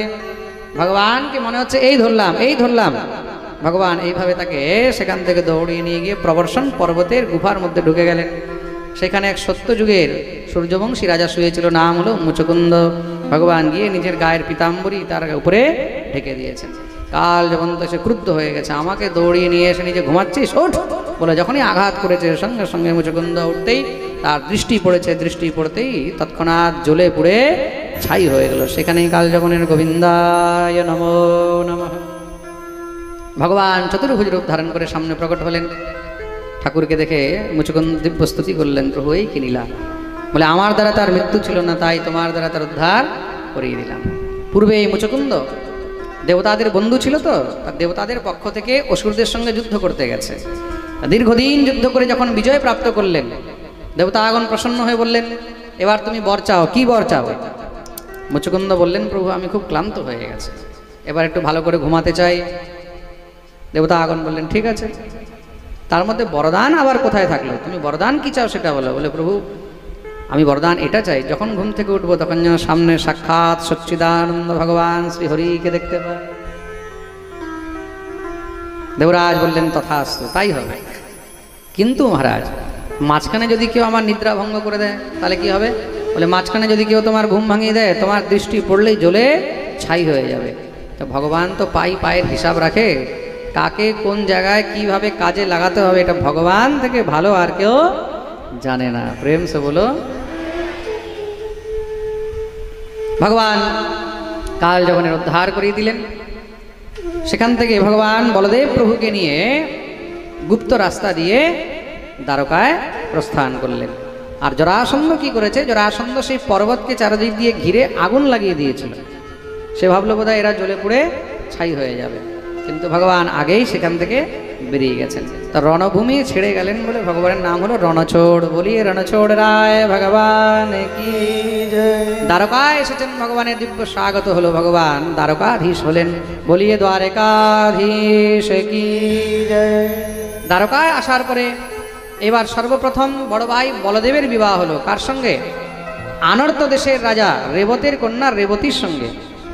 এও বেটা সেই সত্যযুগের রাজা, তার মেয়ের জন্য ছেলে খুঁজে পাচ্ছে না, ভালো ছেলে পাচ্ছে না। ভালো ছেলে খুঁজতে গিয়ে ব্রহ্মার কাছে চলে গেছে। পরমপিতা ব্রহ্মার কাছে গিয়ে উপস্থিত হয়ে পরমপিতা কি হয়েছে? বলে আমার মেয়ের জন্য একটা ভালো পাত্র খুঁজে দেন। ব্রহ্মা মাথায় হাত দিয়ে বসে গেছে, ভগবান মেয়ের জন্য ছেলে খুঁজতে তুমি পৃথিবী থেকে ব্রহ্মলোকে চলে আসলে? বলে কোনো ছেলে পছন্দই হচ্ছে না। বলে যতক্ষণে তুমি এখানে এসেছো না 2 যুগ পেরিয়ে গেছে, এখন 2 যুগ পেরিয়ে গেছে, সত্য ত্রেতা পেরিয়ে গেছে, এখন দাপর চলছে, আর দাপরেরও অন্ত 3য় যুগও পেরিয়ে যাবে। তাহলে কি হবে, আমার মেয়ের বিয়ে হবে না? বলে এখন একজনই আছে তোমার মেয়ের উপযুক্ত বর, কে? দ্বারকাধীশ শ্রীকৃষ্ণের বড় ভাই বলরাম। সঙ্গে সঙ্গে মহারাজ এসে বলদেবের সঙ্গে বিবাহ প্রস্তাবিত করলেন। শ্রী বলদেব প্রভুর সঙ্গে ভগবতী রেবতীর বিবাহ আয়োজন করা হয়েছে। আর সেই কি বিবাহের আনন্দ, দিব্য বিবাহ হচ্ছে। পুরোহিত মশাই এবার বললেন কন্যাকে নিয়ে আসো। যখনই কন্যাকে নিয়ে এসেছে, এই কন্যা তো মহারাজ 17 হাত লম্বা, বলদেব প্রভু 7 হাত আর কন্যা 17 হাত। বলদেব প্রভু তাকাচ্ছে, ভগবান বললেন দাদা জোড়িটা খুব দারুণ হয়েছে। जिसकी बीबी लंबी उसका भी बड़ा नाम है। प्रेम से बोलो। বলদেব প্রভু আরো খেপে গেছে, বলছে আচ্ছা। বলদেব প্রভুর কাছে একটা খুব সুন্দর জিনিস আছে, কি? নাঙ্গল। বলদেব প্রভু অস্ত্র তো, হল আর মুসল, হল মানে নাঙ্গল। নাঙ্গলটা নিয়ে যখনই রেবতীর ঘাড়ের মধ্যে রেখে চাপ দিয়েছে, বলে এখনই সাইজ করে দিচ্ছি। চাপ দিতেই আরো অর্ধেক হয়ে গেছে। ভগবান বললেন, এবার বলদেবের অর্ধেক হয়ে গেছে। ভগবান বললেন আরো ভালো হয়েছে, जिसकी बीबी नाटी उसका भी बड़ा नाम है। प्रेम से बोलो। এই প্রকার দিব্য হাসাহাসি চলছে। বলদেব প্রভুর বিবাহ হলো ভগবতী রেবতীর সঙ্গে, নাম হলো রেবতী রমণ। বলিয়ে রেবতী রমণ ভগবান কি। বড় ভাইয়ের বিবাহ হয়েছে।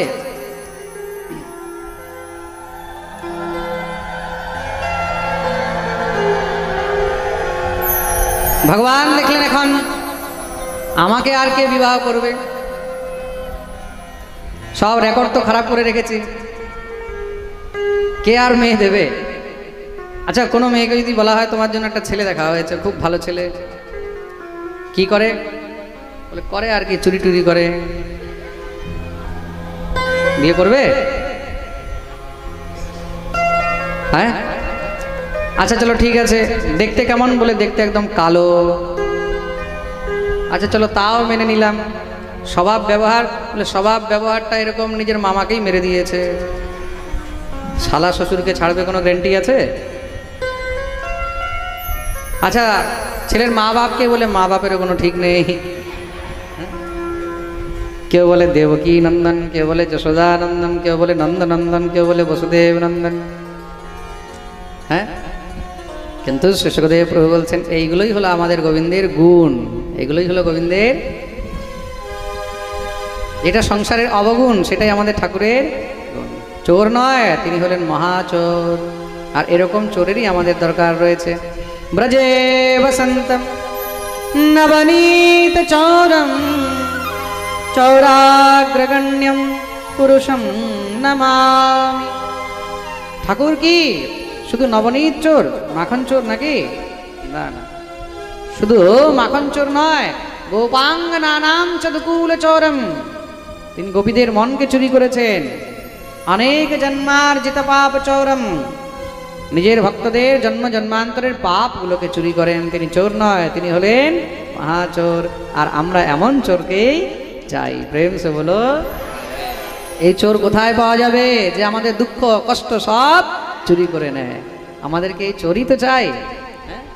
আর এই সংসারের মধ্যে যদি সবাইকে মাতা আর পিতার সুখ দেওয়ার সামর্থ্য কার মধ্যে রয়েছে, তিনি হলেন আমাদের প্রাণ গোবিন্দ। যার সন্তান নেই তারাও তাকে পুত্র রূপে নিজের বাৎসল্য রস দিয়ে বাৎসল্য রসের আনন্দ উপভোগ করে নেয়। যার কেউ নেই তাহলে কি বলে, গোপাল আমার বেটা, তাই তো?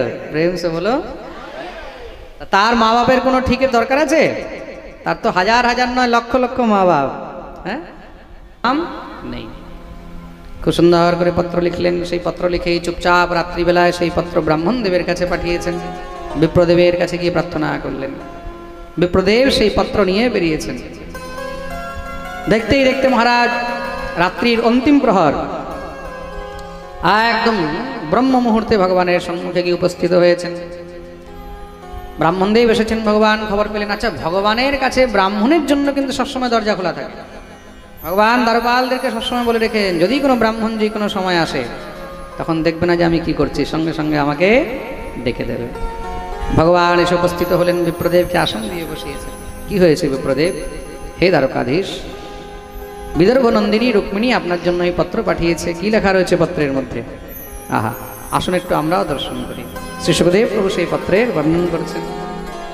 শ্রুত্বা গুণান ভুবন সুন্দর সংবতাম নির্বিশ্য কর্ণ বিবরৈর্হরতোঙ্গতাপম রূপম দৃশাম দৃশিমতাম অখিলার্থলাভম ত্বয়্যচ্যুতা বিশতি চেত্তমপত্রপম। শ্রুত্বা গুণান ভুবন সুন্দর শৃণুবতাম তে, হে প্রভু, যখন থেকে আপনার বিষয়ে শুনেছি, যখন থেকে আপনার নাম রূপ যশ গুণ বৈভব ইত্যাদি শুনেছি, তখন থেকে সংসারে আর কিচ্ছু ভালো লাগে না। আপনিও ভাববেন যে কেমন মেয়ে এভাবে লিখছে, কিন্তু আমি আপনাকে ভালোবাসি, আমি আপনাকে বিবাহ করতে চাই। কেন? আপনার থেকে সুন্দর এই সংসারে আর কেউ নেই। ভুবন সুন্দর শৃণুবতাম তে নির্বিশ্য কর্ণ বিবরৈর্হরতোঙ্গতাপ। যখন থেকে আপনার কথা শুনেছি, কানে অন্য কারোর কথাও ভালো লাগে না। শুধুমাত্র এই মন প্রাণ দিয়ে আপনাকেই পেতে চাই, কিন্তু আমার ভাই আমার বিবাহ শিশুপালের মতন একটি শিয়ালের সঙ্গে ঠিক করে দিয়েছে। আর কোথায় আপনি নরসিংহ?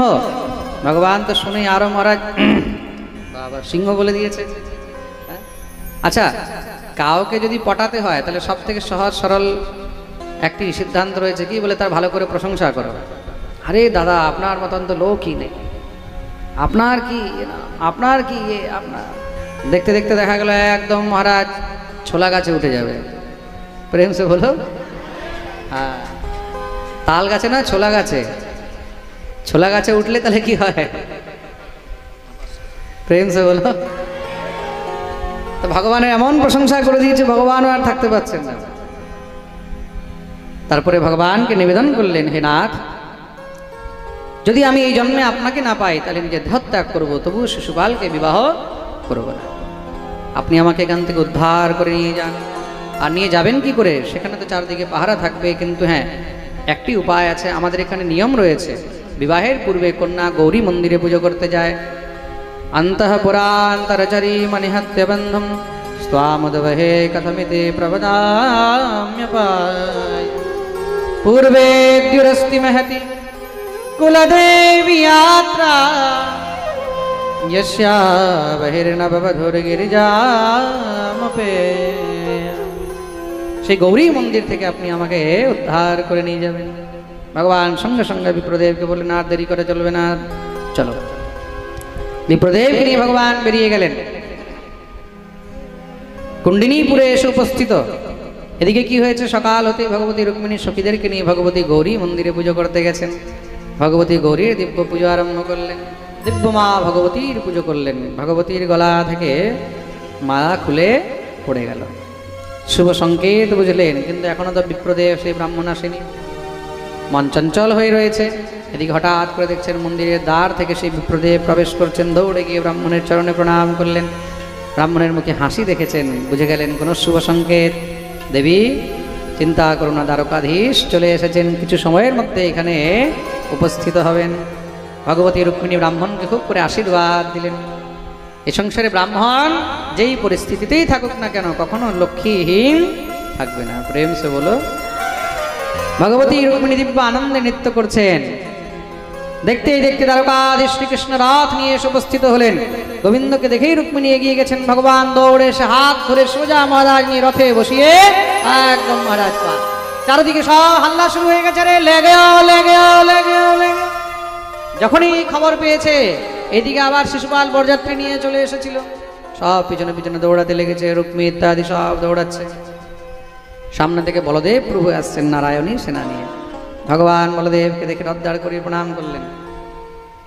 ভগবতী রুক্মিণী বললেন, ইনি কে? বলে, তাড়াতাড়ি ঘোমটা দাও, তোমার ভাসুর মশাই। বলদেব প্রভু বললেন, আচ্ছা আমাকে তো বলতে পারতে। ভগবান বললেন, দাদা বলার সময় ছিল না, বললে বউ নিয়ে অন্য কেউ চলে যেত। আচ্ছা ঠিক আছে, তাহলে এই যে বরযাত্রীগুলো নিয়ে এসছে, এগুলোর কি হবে? বলে, চিন্তা করেন না, ঘরযাত্রী আসছে পিছন থেকে, সব তীর তলোয়ার নিয়ে রেডি। বলদেব বললেন, এগুলোকে আমি দেখছি, তুই যা। বলদেব প্রভু তাদের সঙ্গে যুদ্ধ আরম্ভ করলেন। আর এইদিকে রুক্মী ভগবানের পিছনে পিছনে দৌড়াচ্ছে, আর ভগবানকে গালাগালি শুরু করে দিয়েছে। ভগবান রথ দাঁড় করিয়ে সুদর্শন চক্র আবাহন করলেন, এটাকে এক্ষুনি মেরে ফেলব। যখনই চক্র আবাহন করেছেন, মহারাজ ভগবতী রুক্মিণী চরণ ধরে নিলেন, প্রভু ক্ষমা করুন, আমার দাদা তো, সংসারে খুব নিন্দা হবে যে রুক্মিণী নিজের ভাইয়ের হত্যা করিয়ে চলে গেছে। ভগবান দেখলেন কথা তো ঠিক, এখন মহারাজ স্ত্রী বলে কথা, ভগবান তাকে গ্রহণ করেছেন, স্ত্রীর কথা যদি না শুনে তাহলে ঘরে অশান্তি হবে। আচ্ছা, এই সংসারের মধ্যে দেখবে স্ত্রী একটি এমন জিনিস, বিবাহের দিন কি কি হয়েছে, বিয়ের পরের দিন কি কি হয়েছে, বউ ভাতের দিন কি কি হয়েছে, বিয়ের 10 বছর 20 বছর 50 বছর পরেও কিন্তু সব মনে থাকে। ভগবান জানে কেমন মেমোরি আছে। সকালে তুমি কি রান্না করতে বলেছিলে, রাত্রেবেলা ওটা ভুলে যাবে, কিন্তু বিয়ের দিন কি হয়েছিল, বউ ভাতের দিন কি হয়েছিল, এগুলো সব মনে থাকবে। তোমার মা কি বলেছিল, তোমার দিদি কি বলেছিল, তোমার বোন কি বলেছিল, তোমার ভাই কি বলেছিল, সব মনে থাকবে। যখনই ঝগড়া হবে সঙ্গে সঙ্গে দেবে গড়গড় গড়গড় করে সব ওইগুলোই বেরোবে। প্রেম সে বলো। ভগবান দেখলেন ভাই ভবিষ্যতের জন্য অন্ধকার করে লাভ নেই, তাহলে কথা শুনতে হবে। তোমাকে বলে যাম, তুমি আমার ভাইকে মেরে দিলে, ভগবান ছেড়ে দিয়েছে, কিন্তু বন্দি বানিয়ে রাখলেন। বলদেব প্রভু এসে তখন মুক্ত করালেন। এই প্রকার মহারাজ রুক্মিণীকে পরাস্ত করে ভগবান দ্বারকায় এসে উপস্থিত হলেন। দ্বারকায় ভগবানের দিব্য স্বাগত হয়েছে, ধুমধাম করে ঠাকুরের বিবাহের আয়োজন করা হয়েছে। এবার সমস্ত দ্বারকাবাসীরাই বরযাত্রী, তারাই অর্ধেক হয়ে গেল বরযাত্রী। দিব্য ঠাকুরের বিবাহ উৎসবের আয়োজন হলো, খুব সুন্দর মহারাজ মঞ্চ বানানো হয়েছে, দিব্য মঙ্গল পাঠ করা হলো, মঙ্গলাষ্টকের পাঠ হয়েছে। সবাই মিলে পুষ্প বর্ষা আরম্ভ করলেন। মঙ্গলম ভগবান বিষ্ণু মঙ্গলম গরুড়ধ্বজ মঙ্গলম পুণ্ডরীকাক্ষ মঙ্গলায় তনোহরি। তদেব লগ্নম সুদিনম তদেব তারাবলম চন্দ্রবলম তদেব विद्याबलं दैवबलं तदेव लक्ष्मीपदे तेङ्ग्रियुगं स्मरामि। दिव्य महाराज ভগবানের বিবাহ উৎসবের আয়োজন করা হয়েছে, ধুমধাম করে বিবাহ সম্পন্ন হচ্ছে। সবাই মিলে ঠাকুরের বিবাহের উৎসবের আনন্দ করছেন, আমরাও আনন্দ করব। আজকে বিবাহ উৎসবের পরে কিন্তু আমাদের পাঠেরও বিশ্রাম হবে।